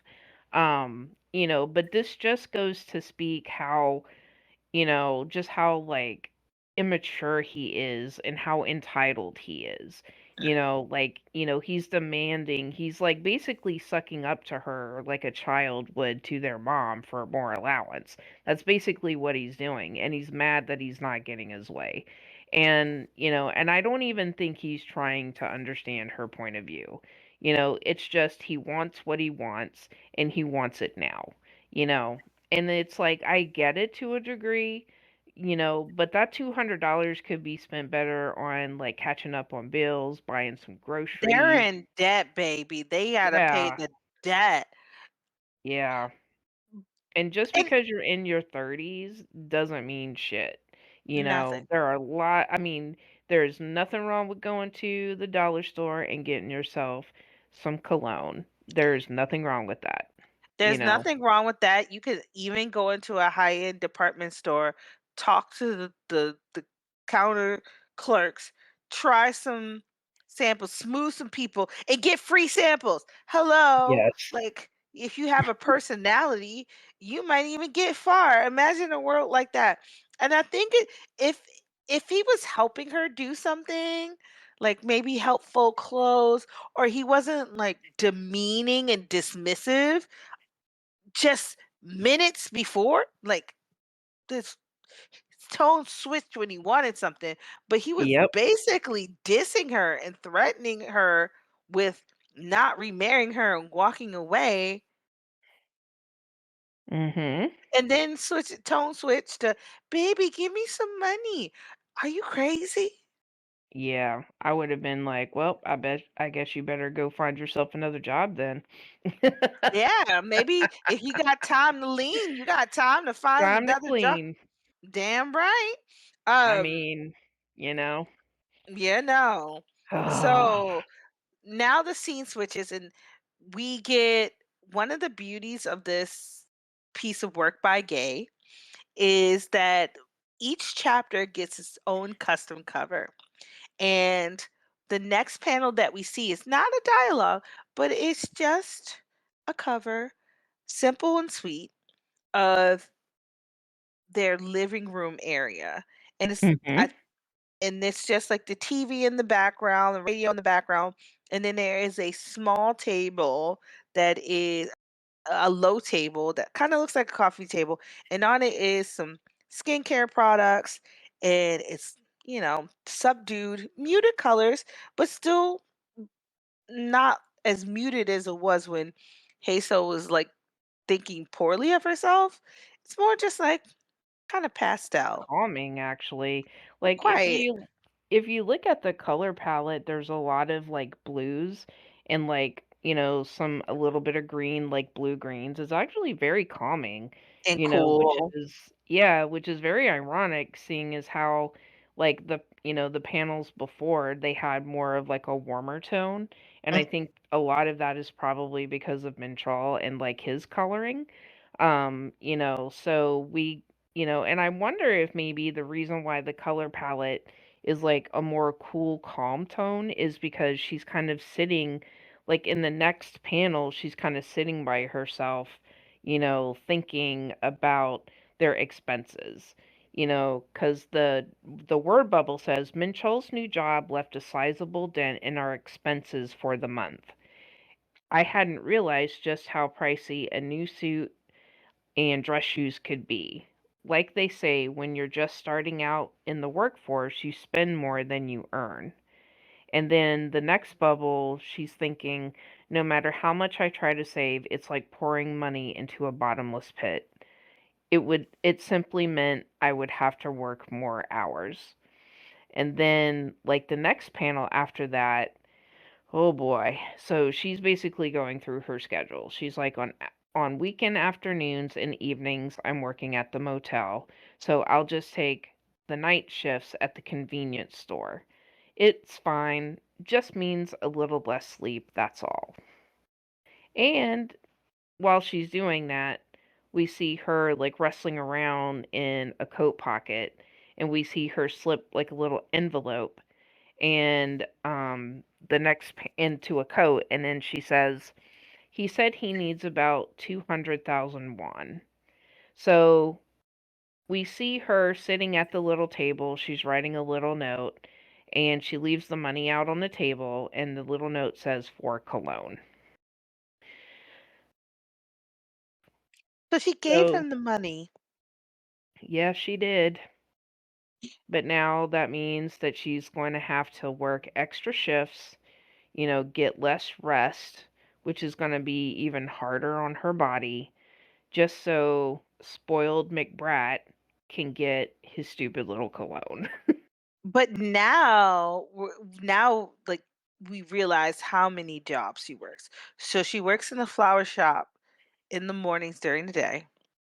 She Mhm. works at the Korean barbecue spot in the Mhm. evenings during the week. Mhm. She works at the hotel on afternoons and evenings on the weekend. Mhm. And she's going to pick up shifts at a convenience night shifts at a convenience store. That is 4 jobs, my beautiful That flowers. 4. 4 jobs while couch surfer only has 1 office job. Yep. So Yeah, where do we start? I don't even know where to start, to be honest with you. So this goes back to, let's say, the coworker, and I want to say it was chapter 2 where the coworker got a glimpse of her schedule because she like has a planner, her daily planner, and it Mhm. showed her work schedule, and she was wondering why her work schedule looked like Hermione's class schedule in Harry Potter, and she was wondering why she have a time turner so she could make it to all of her classes. This is why, because this Yes. woman, and let's be clear here, she wakes up on the weekday at 6 o'clock to cook breakfast for Mincheol, goes to work at the flower shop, goes to work at Korean barbecue, and then goes home. So Mhm. this woman barely sleeps, and she kind of like, and she does it out of necessity because she's the single income earner in the household. Not only that, we she still hasn't changed her clothes because this is the next day. Her clothing, it's like a uniform. It's the beige, tannish beige turtleneck, Mhm. her her kind of like gray wash jeans, and that's Yep. it. Yep. That's it. And her hair Yep. in a low ponytail. Um, she is wearing the same outfit. Meanwhile, Minchal, um, she's spent money on him having suits for work, suits and shoes. Now she has to pay for cologne. So she's taking this money out of their necessary household budget, even though she's trying diligently to save for the household. So it's Yep. like Huh. Abysmal circumstances. Just Yeah, really. abysmal.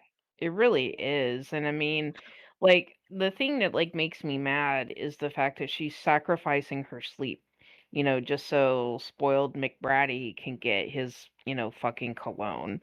I mean, when you work like, just working 2 jobs was enough to, like, exhaust me, and I can't imagine, like, working 4,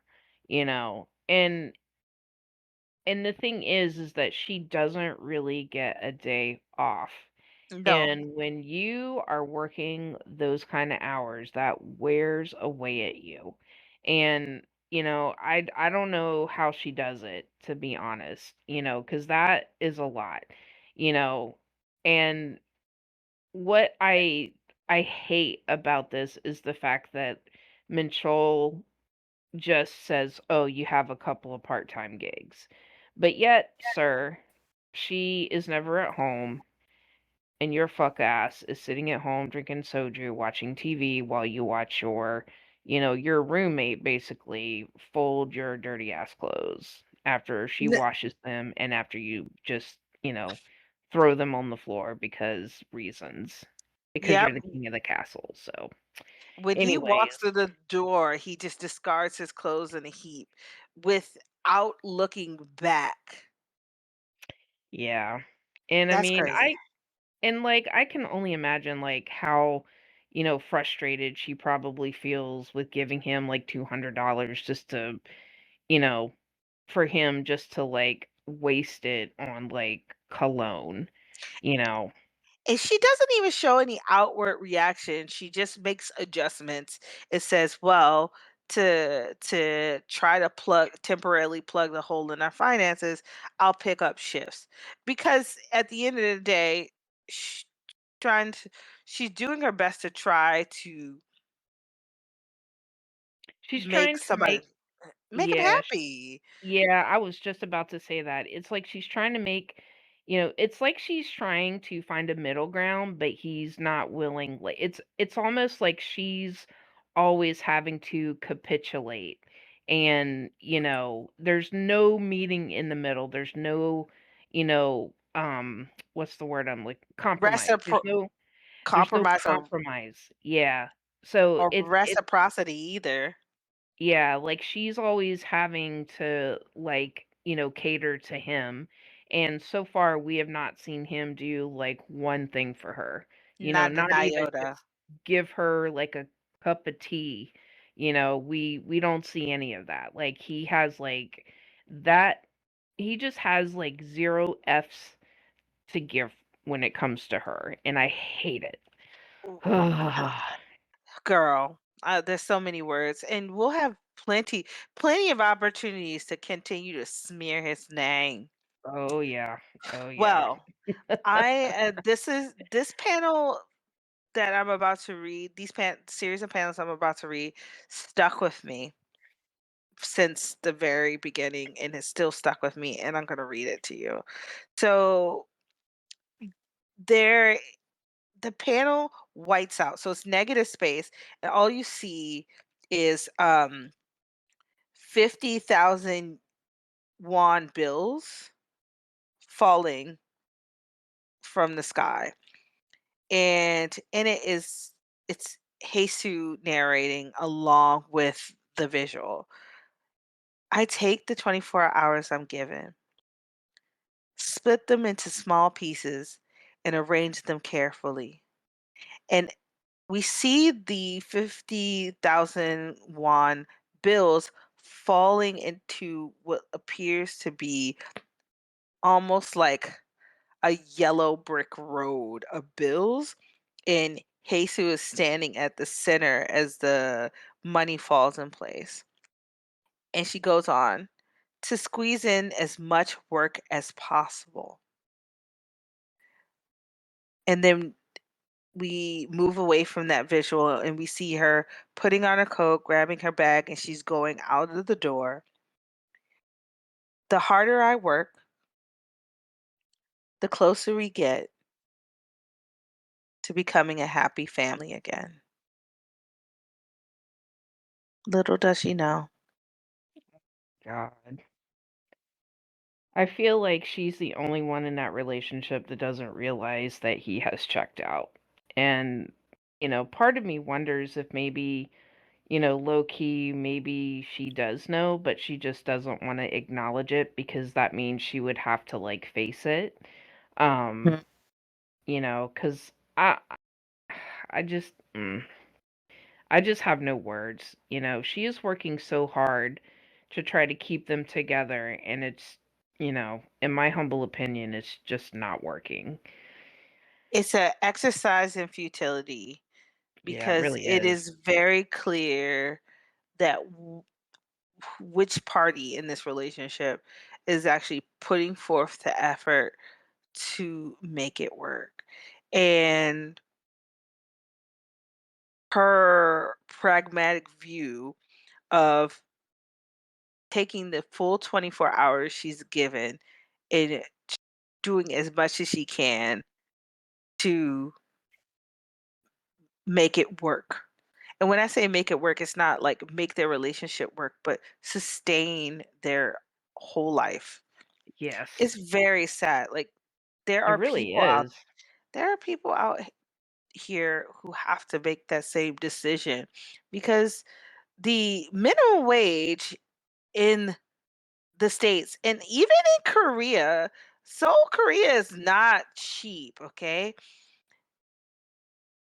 To sustain yourself, if you're not a skilled worker, and even if you are, because the work culture can be rather toxic and draining as well for office work.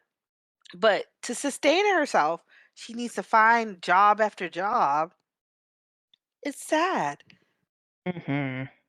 It really is, because basically at this point, she's just living to work. That's the sad reality of it. And I mean, in this day and age, there's a lot of people who can like relate to that. And I will say that that is the one thing, about the story that I think everyone can agree on is that how real it feels. And it doesn't feel like those sparkly, like romanticities or, some of the other office like type drama, manhwas. This is a very real story, Yeah. and I feel like that's why I can relate to it on some levels just because of like the realism. Like obviously I can't relate to everything. I mean, I've been broke, but I've never been like poor. You know what I mean? And I know that makes me sound like some kind of way, and I would never take away from somebody's experience if they were, and I would never claim to be because I don't want to say something to seem cool or whatever, but when you are that kind of like broke, that is a whole different level. That is like you are an inch between losing everything because you don't have the money to pay for what you need. And I really think that, like, we as human beings, especially in this political climate, I think we need to be kinder to people who are not in good uh, financial situations, um, just because it is not as easy as just getting a job. Because even if you do get a job, I mean, some money is better than no money, but with the way things are, it's like that money dries up very quickly. Dries And up very quickly or it yeah, can't accommodate the cost of living, which is very expensive. And that cost of living includes being a housing, hmm, food, transportation. transportation. And we haven't seen Homegirl touch any mass transit. She Mm-mm. only goes as far as her feet can take her. We've only seen her walk places. Yep. So transportation is even out of the realm of possibility at this point. She's literally going and working where her legs will take her from what we see. So Yeah, Mincheol, on the other hand, and we're not sure. I'm pretty sure he commutes to work, so probably. it goes into the budget.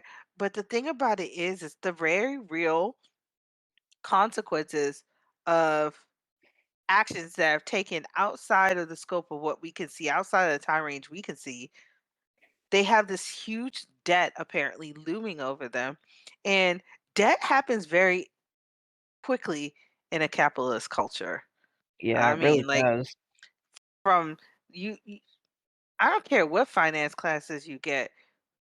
When I started college and was on campus, they had fairs where credit card companies, very predatory credit card companies, you know, having their little tables out, t-shirts, little giveaways to lure newly minted adults in to Mhm. get a credit card with predatory APRs and Yep. interest rates.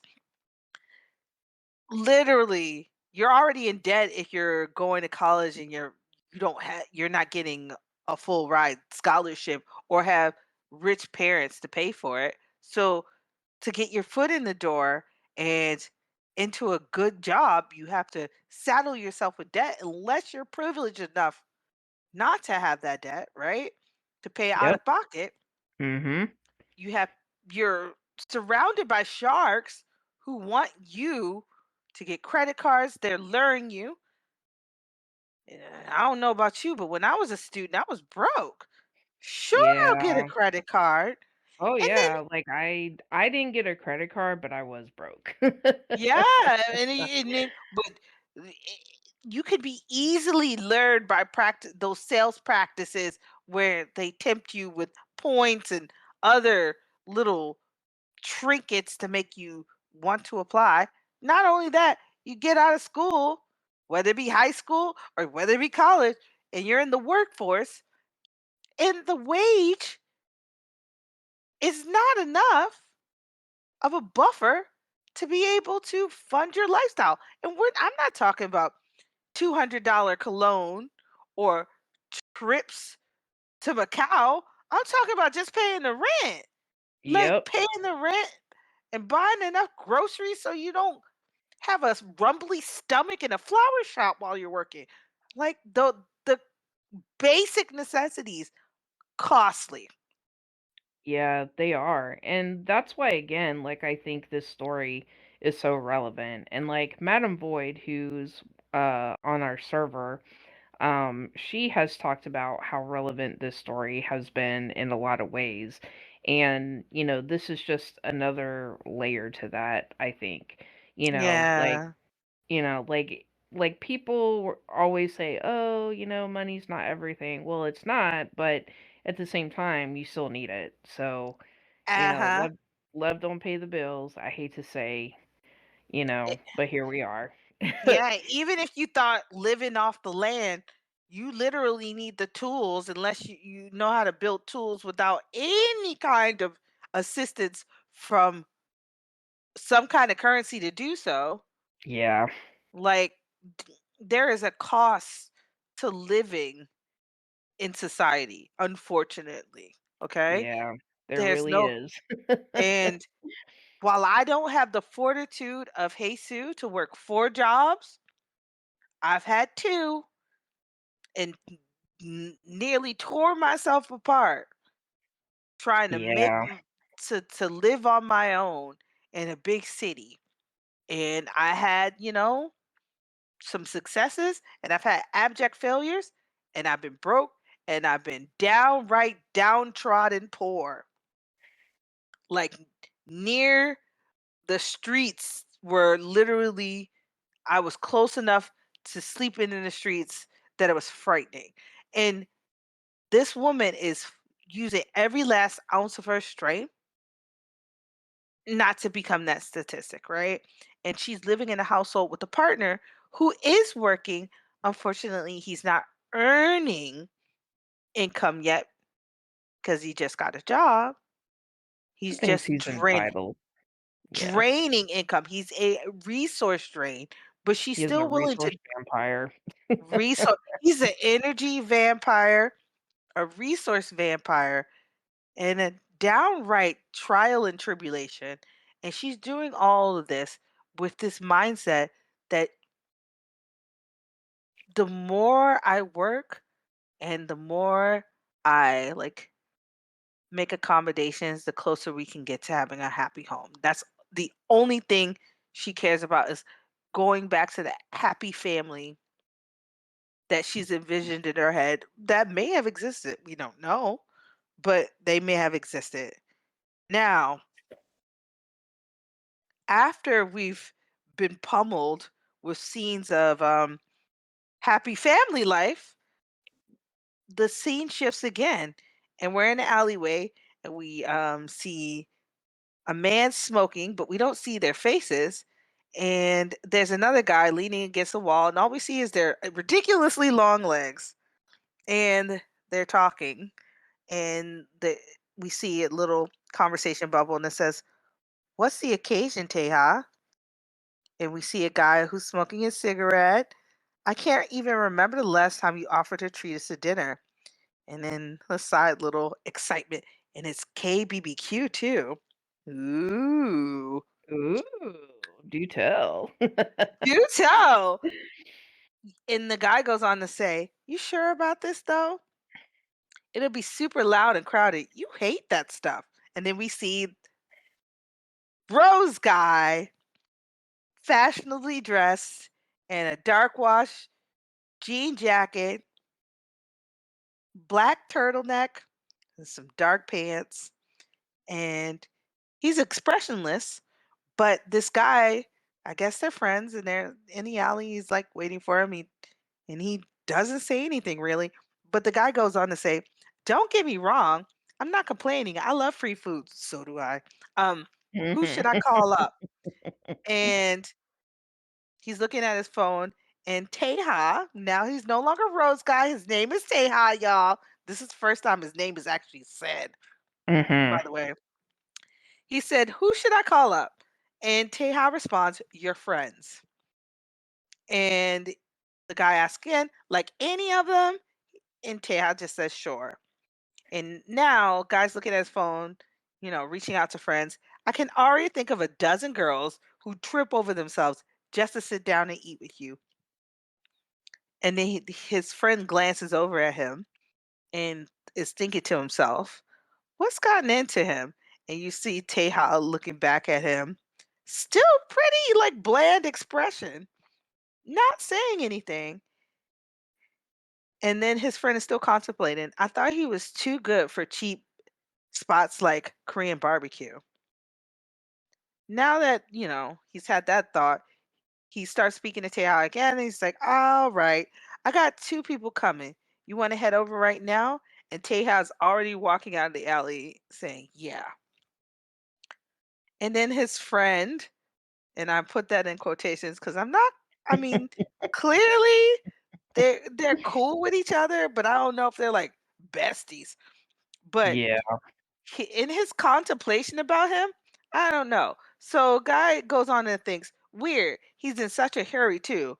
I wonder if it has something to do with." And then we see a, f- a panel comes up, and the guy is out of frame, but it's fully focused on Teha, and he's looking up, and it looks like he's looking up at a camera, like it's breaking the fourth wall. And then his friend is thinking again, how cheerful he seems these days. So he's been really cheerful, really excited about life. One wonders why Teha is in cheerful mood nowadays. Can anyone answer for the class? Maybe we'll find out, right? Ooh, Ooh. So the so next, intriguing. well, you know what? You want to talk about the color, like the colors of, Yeah. Like, let's talk it about it. Yeah, like I really like the color palette that they use because I mean, obviously, like it's in the evening, so things are going to be a little bit darker, but rather than do like grays, it's more like cool tones. Yes. And I almost feel like that's a conscious choice. Just because I feel like, Teha, like I don't know, like I could see like cool tones for him. But we see like a lot of like blues and greens like we saw Yes. earlier. Like I feel like there's been a lot of blues and greens in this chapter. But I feel like it kind of sets the mood. It's like kind of casual, like like you said, like I feel like even though they aren't besties, but it's obviously they've known each other for a while, just and we can get this because of just the way like the other dude's talking, Mhm. and then we also see like we get some clues about Teha, like now that we actually legit get his name, so we know that he doesn't like loud and crowded places. Yep. He's like, don't get me wrong, I'm not complaining. I love the free food. So we can Me too. tell that just by some of this interaction that this is something unusual for Teha. Mhm. Because he's even like, oh, who should I call? And he's like, your friends.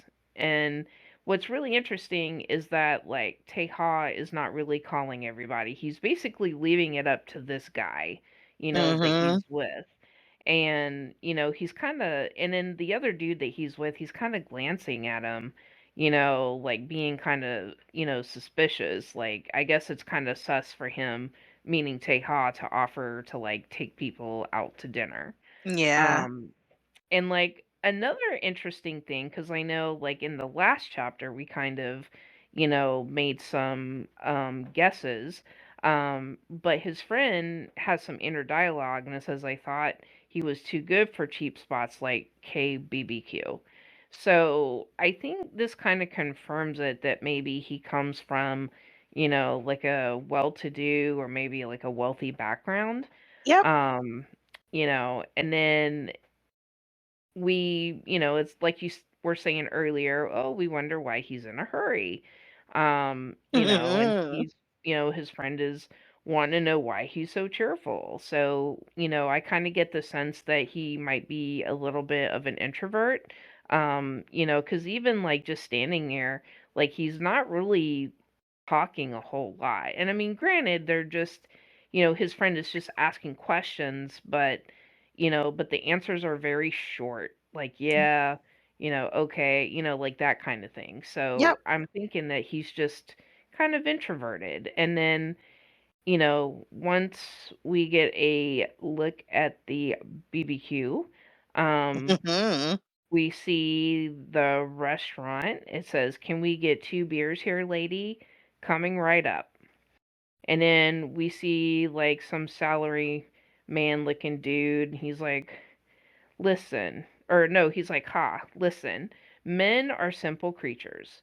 As long as he has a caring, or sorry, as long as he has a smart, caring wife, he'll go out and make money and do everything for his family.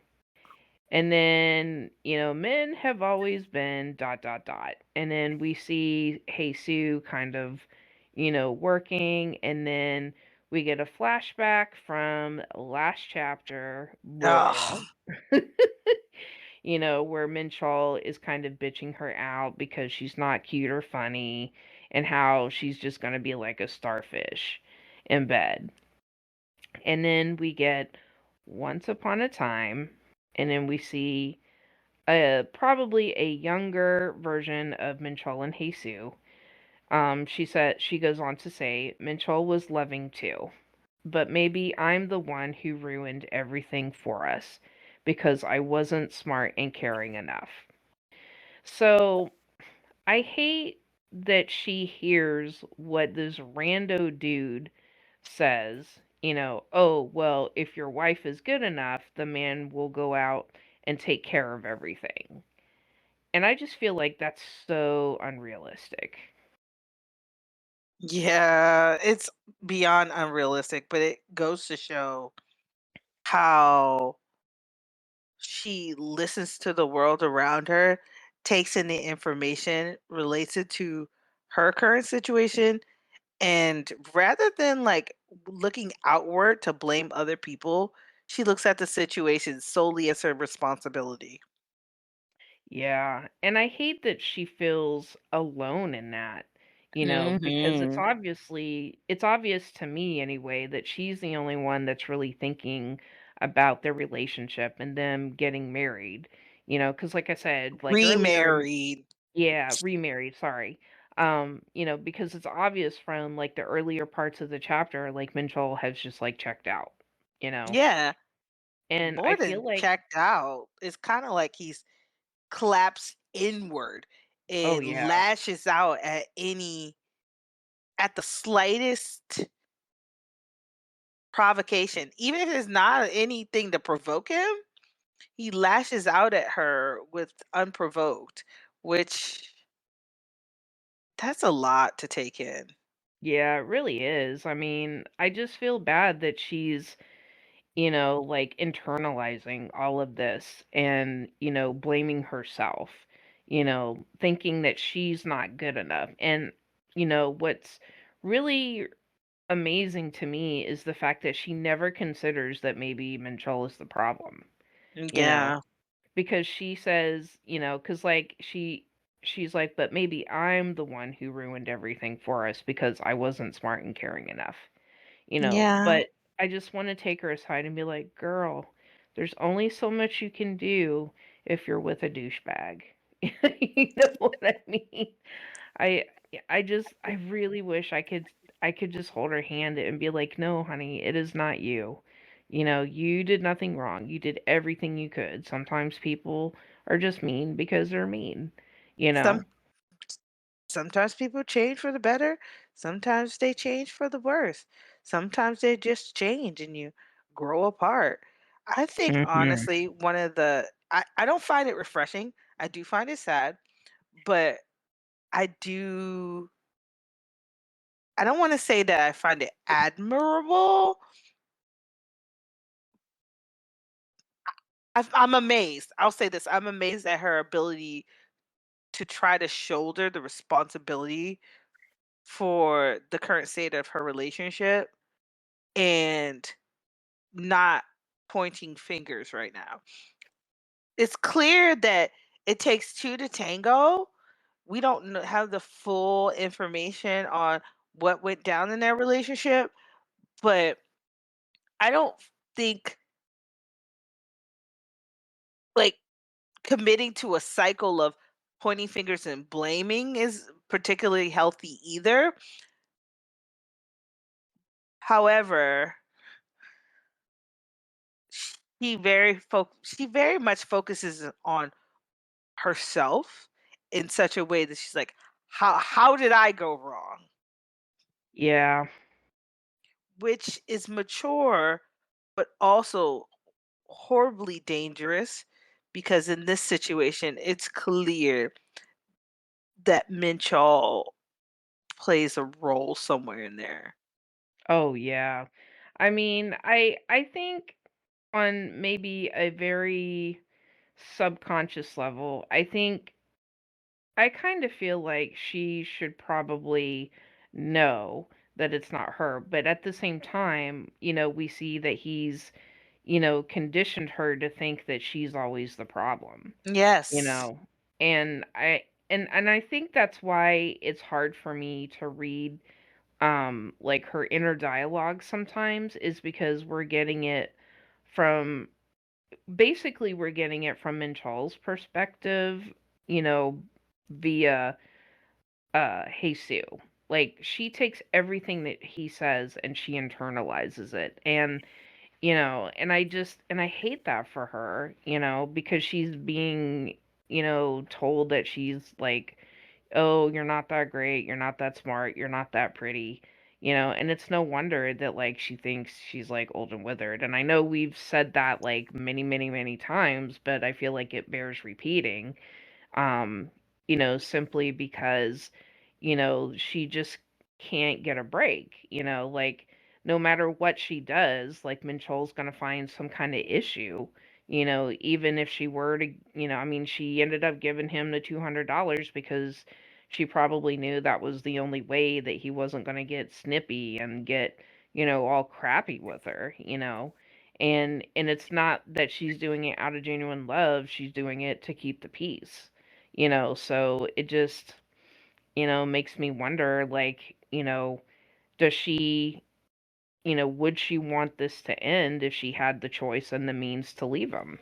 You know? Yeah, and it's clear from the way that she's working that it's not possible right now.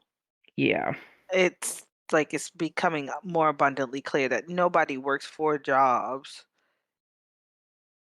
and then stays in a circumstance where they don't have to if they Mhm. have enough money to move on, and she's made it clear Yes. that she doesn't, right? But I don't think she wants to move on.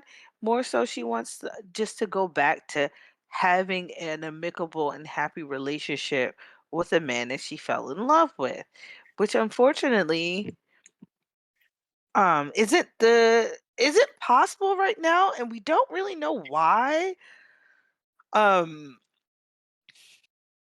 we don't know why the Mincheol that we saw in the panel from the flashback with his happy face and like the sunshine in his eyes, and he's like basically squeezing her cheeks and like laughing and filled with joy, and behind them there's like sparkles and the night sky, and it's illuminated, like they look Yeah. illuminated and young, and They like do. It almost looks like it's, like, wintertime because they're both wearing coats and she's wearing, yeah, like, earmuffs and, I'm wondering if it's, like, around Christmas time because of all the it lights, you it know? does look like a holiday.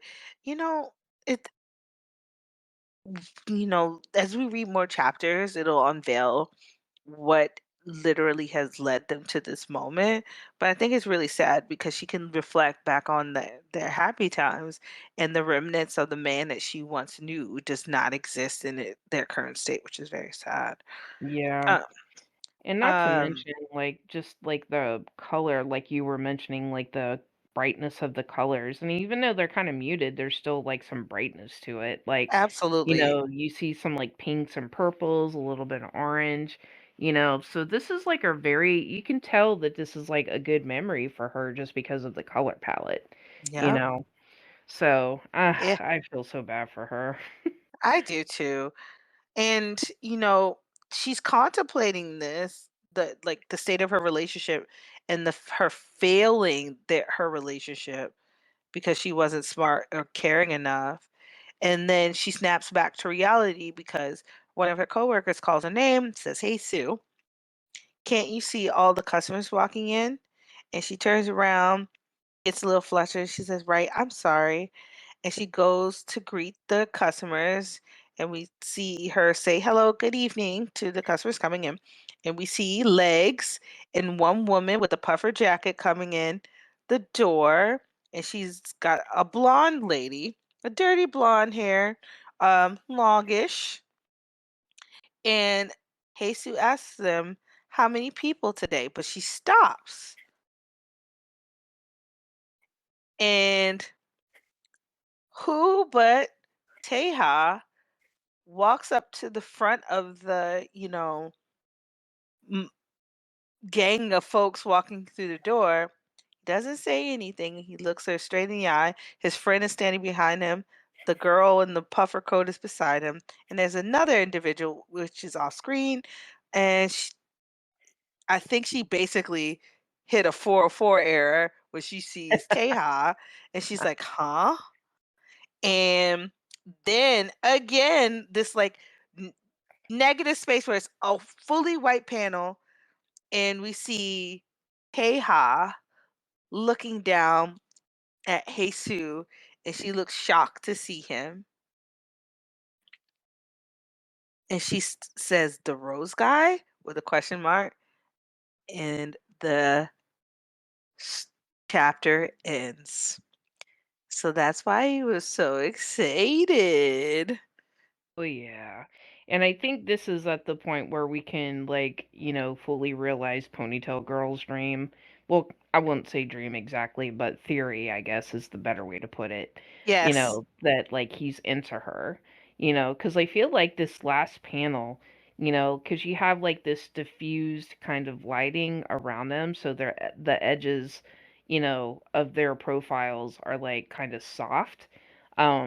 So I feel like how sometimes when you watch, like, romance movies, how there's that moment where, like, the main characters, like, see each other for the first time and, like, time Yes. stops and nothing else matters. I Yep. feel like that's what's happening, but mostly on Teja's end. Yes. Hey Sue is looking like record scratch. What? And Like, "What you Teha doing here?" is looking at her. He's remained expressionless this whole time, right? His Mhm. so you can't tell truly if he's excited or not, but it's clear, baby. It is clear from the conversation that was had in the alleyway that he planned to go to this Korean barbecue spot. And can we just talk about, like, how intense that look is when we get that panel of him entering with his little entourage? And because I mean, I'm like magnifying it and just to get like a closer look, and like homeboy is staring. I mean, they're Locked in. staring and then they're staring and he is staring. He is locked in. He is Yes, he full is laser icon, focused. Mhm. laser focus, full eye contact. And poor Jesus was like, wait, what is going on here? Yeah. And I understand, girl, because you go from not even recognizing his presence for months to Mhm. realizing he exists to Yep. receiving a sandwich and lunch from him to him being at your job. Mhm. Okay, ¿Por like qué? por Yeah. qué? Like what's going on here? Like homegirl, her little spidey senses are going off. Like wait a damn minute. Mhm. And then homeboy has this very slight grin as he's looking at her intensely. Yep. Like full eye contact. And that Yes. boy meets girl negative space with the soft edges around borders around both of them with them being illuminated from different angles. Like they're both Mhm. illuminated from the back of their head. Like honestly, her she looks so confused and flustered. She does. And he's just like standing there like super calm, like, "Oh, hey." Hands in pocket, Yep. Just just a chill, staring just directly at her. Like homeboy is drilling lasers. he's just a chill guy till you get to his eyes. Yeah. He has an intense look. Like, he's one of those where if you didn't know, even if you didn't see him staring at you, you would know somebody staring at you. You know what I'm saying? Like, it's almost like you can feel his eyes, Yes. and I feel like that's the kind of look that he's giving her. He's And like, he "Ma'am, has I want your attention." I pay attention to me. And he has very nice eyes. They're colored gray in the webtoon. And he's got big eyes. He's got big gray eyes, liberally fringed with eyelashes, and he has Mhm. shadows under his eyes like he doesn't sleep well. But they are intense. They are intense. Yeah. He is an int- it, I agree with you. If he is staring at you, I you feel like know he it you're is. literally gonna feel it. You're going to feel it. It is not like and it's not even like when he's staring he becomes bug-eyed. It's like razor sharp stare. Yeah, More like it's like a that. very focused, like, taking in every little detail. Yes. Like the way that I envision this character and seeing him again, like not for the very first time, but peering through the lens of like reading this again, like you realize that he doesn't emote a lot, Mm-mm. speaks a lot with his eyes, and his eyes move before his actual face turns to wherever he's going to go. Yes. Mhm. Yes. So it's like discrete movement, but it's very intense stare. So Oh, certainly. Yeah. I mean, like, you can tell, like, I kind of feel like, I feel like if I were to pick a song that would kind of describe like Teha. I think it would be from the Pretenders, because they do the song "I'm Gonna Make You Notice," and I feel like that's him, where he's like, "I'm gonna use my arms, gonna use my legs, gonna use my glance, gonna use my sidestep." Like I feel like that kind of describes him. He's I'm doing what he can to try to get her attention, you know? And I and feel like he's we yeah. What were you gonna say, Laura Oh Auntie? no, I was just gonna say I feel like this is when we get confirmation that yes, he is into her. Yes, he's interested, Mama. Um, well, we'll find out in chapter 4, Oh yeah, let's see whether where this she goes. acknowledges this interest, because we know as the readers, my flowers, that his trip to the Korean barbecue spot was planned. His friend was confused about him going to such a place because he doesn't go to loud, cheap places because, that's not his thing. But he asked to go to this place and was willing to pay for people's food. So we know it's intent to go there. Now let's see how he behaves towards her. I can't wait to read about it in chapter 4. Yeah, I mean, and I'm also looking at like some of the comments that are on Webtoon, and just like, oh, leave Mincheol and go with Teha. He will treat you like a queen, and how about you keep this guy and get rid of the other disgusting one? Buckle up, people. This is gonna be a good one. This It's gonna Mincheol be. is a red flag, and like Mincheol from Friend Complex, and then ain't no way, not him, putting her into debt, but saying it's embarrassing to still be living together and divorced. You don't think it's embarrassing to be working all these jobs? You quite literally but put both of y'all in that situation. Listen, Oh the man. comments are not on your side, Minchol. The comments are No, never. you're not. And then, you know what? I know I don't understand it, but then I understand it. I'm going to yuck people's yum. You know what? I'm not a journalist. I do not. I have bias, and these 3 chapters. We're only 3 chapters in to the series, and this story does not paint Minchol in a very good light. No, This it really present doesn't. Minchol. I'm going to say present Minchol because it doesn't paint his present in a good light. It is very confusing to me how people Ship, ship ship that him like with anything other than a yeah. garbage can. But to each their own. We You know, all each their own, we I don't guess. We all kink have our shame likes. unless that is your kink. And you know what? I would call the police. Um, listen, don't That's bring. fair. May that type of love stay far from me, unless Indeed. I'm reading the chapter. Yeah, Yeah. Well, yeah. overall, like, how did you like this chapter?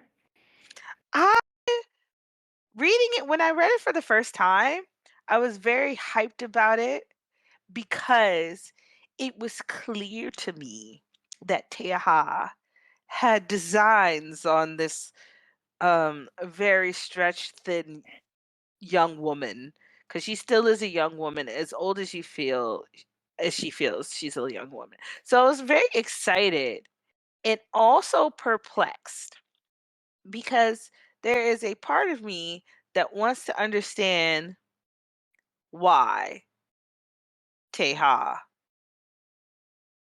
is interested in Hesu. Yeah. At this Yeah. point in time, I still don't have the whole story. Yeah. I think it's gonna be a bit before we get like all of the story without giving away too many Yeah, spoilers. But, I mean, overall, like, I think this was a good chapter. I think that we I just do too. got confirmation of a couple of things, and we got a little more about the setting in which the story takes place. Like, we get a little bit more about, like, Jesus. I feel like we just get more confirmation of what we already know that she's gone through. So, but I think it's important that we get like a good foundation. And now we're starting to see, we finally get the name of the rose guy, Teha. Like, I know we mentioned it, because we've been reading the series, but it's not until this chapter that we finally get his name, and then we finally get a little more about him. Like, we get some Mhm. hints. So, that's what I kind of enjoyed. And of course, like, the color palettes is what I enjoy. So, overall, I liked it.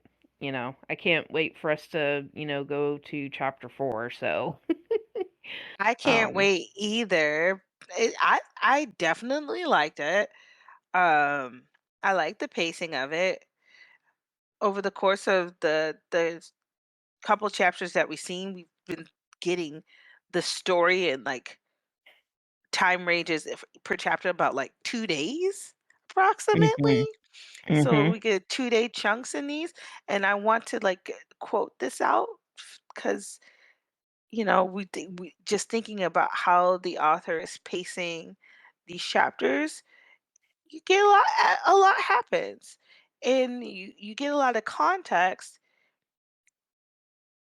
in it. I think just the flow of the story in these first 3 chapters, and specifically in this chapter 3, it flowed very well without it Mhm. feeling like, "What the hell is going on?" It's like it flowed into present, flashback, present, tying together different viewpoints, another little flashback that actually ties those viewpoints together, different perspectives from different characters.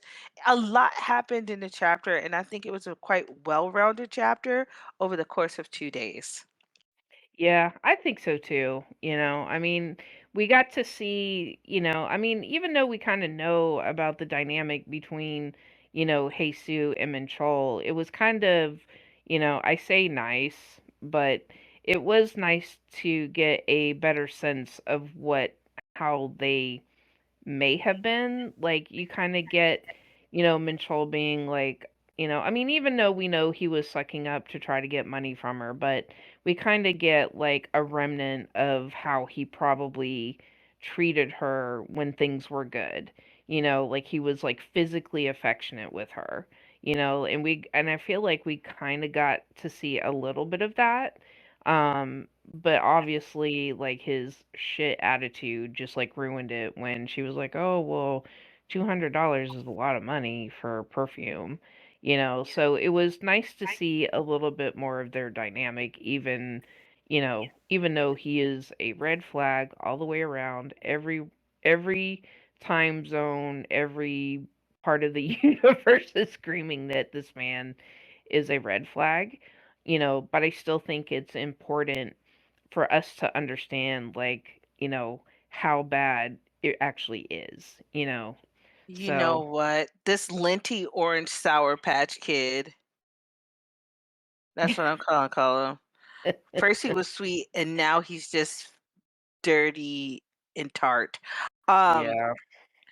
Thinking back, like whiplashing back to chapter 2 and the fact that they haven't been intimate in a while, chapter 3 actually explains why they haven't been intimate. It doesn't seem that Jesus is like against being touched by Mincheol.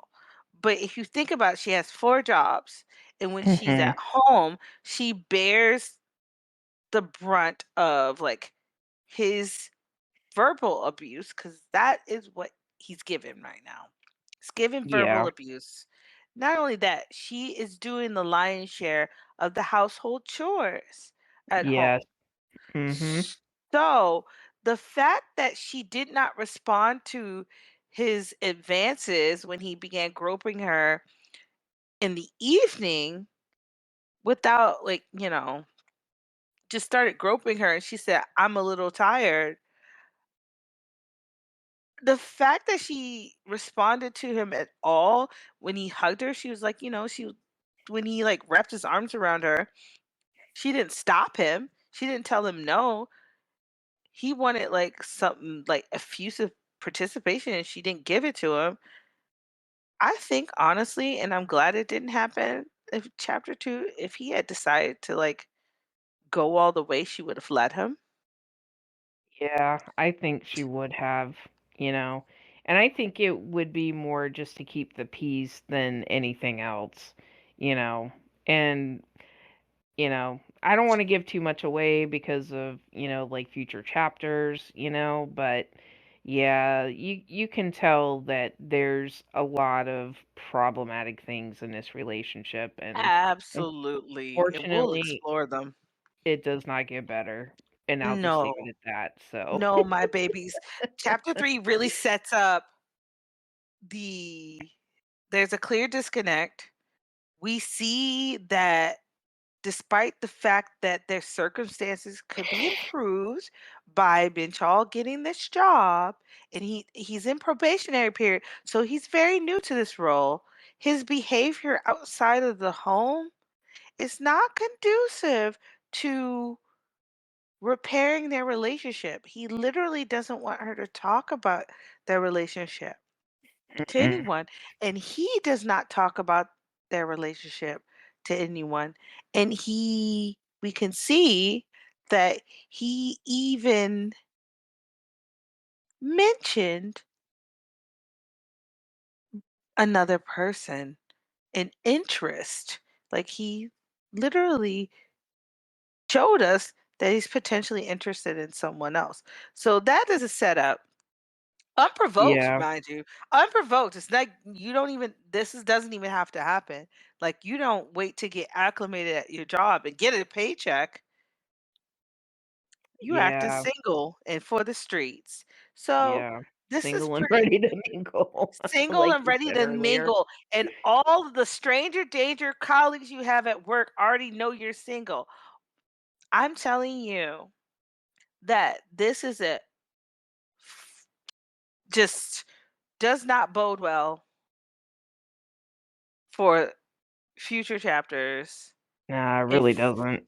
new flowers that will listen to this podcast and or people who have been with us for a while are and have read this story before and already know the deal, we're in for a rough ass ride. Um, Yeah. I mean, prepare there's some yourselves. sweet, but right now there is a lot of sour. I'm just Eh, gonna say that. I'm gonna start calling him Linty Orange Sour Patch Kid because nobody really likes the orange flavor. I'm just gonna stick with my personal favorite, which is Minchit. I used to call him Bichol, but I think Minchit is better. So, Mint shit is actually quite great. When I'm in the mood to not have to like mention his name, I don't want to sully my lips. I'm just gonna insult him using the least favorite candy in the bag of Sour Patch Kids. However, I will also commit to calling him Mint Trash. I just need people to be aware of this, my flowers. When it comes to him, I'll do my best to be objective, but I'm not on his team. yeah. I'm not on his team. I'm not either. I will try to be neutral, but There's no we'll way. see. We've We'll already see. dashed that. We've already Yeah, we dashed that into the dust. Just context, because I don't want y'all to come out and be like, "Oh, they're so hard on him." Baby, I'm gonna do you a favor right now. We only 3 chapters in. If you really ship that man, just know that there's no mercy in this dojo. So you can hit the pause, you can hit play, or you can swipe away. But just know there's yeah, no we have our mercy. reasons. There is no mercy in this dojo. And thank you. No. Well, with that, we have come to the end of this episode of Withered Flowers. Again, this has been Auntie Laura and Digital Girl. We really appreciate you tuning in, and we will be back with episode 4. Um, talking about chapter 4. You can, if you would like to join us, you can join us on Discord, the Withered Flowers Discord. We have lots of people from all over the place.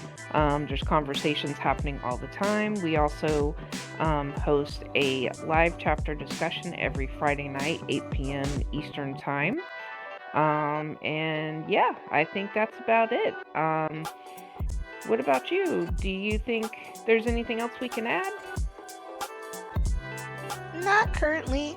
For our flowers who are listening to this over the weekend, stay safe, stay warm. If you're in the Midwest to the East Coast, in the Northeast, do stay warm. And if you're listening to this later, I can't wait to bring you chapter 4. Thanks, y'all. See you soon. All right. Good night. Bye. Good night, flowers. Or good morning, flowers. I don't know where you're at, but see you for chapter 4. Bye. Thanks for listening. Bye.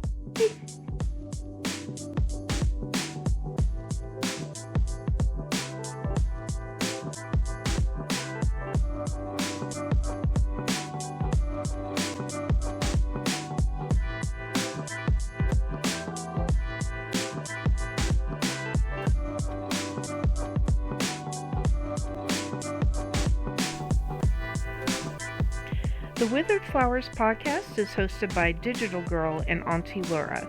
Produced and edited by Auntie Lura. Music is Bodega Cat by Dayala. If you would like to join our Discord, please see the link in the show notes. And special thanks to our family, friends, and spouses that have supported us while producing this podcast. We would also like to thank all of our Discord members as well.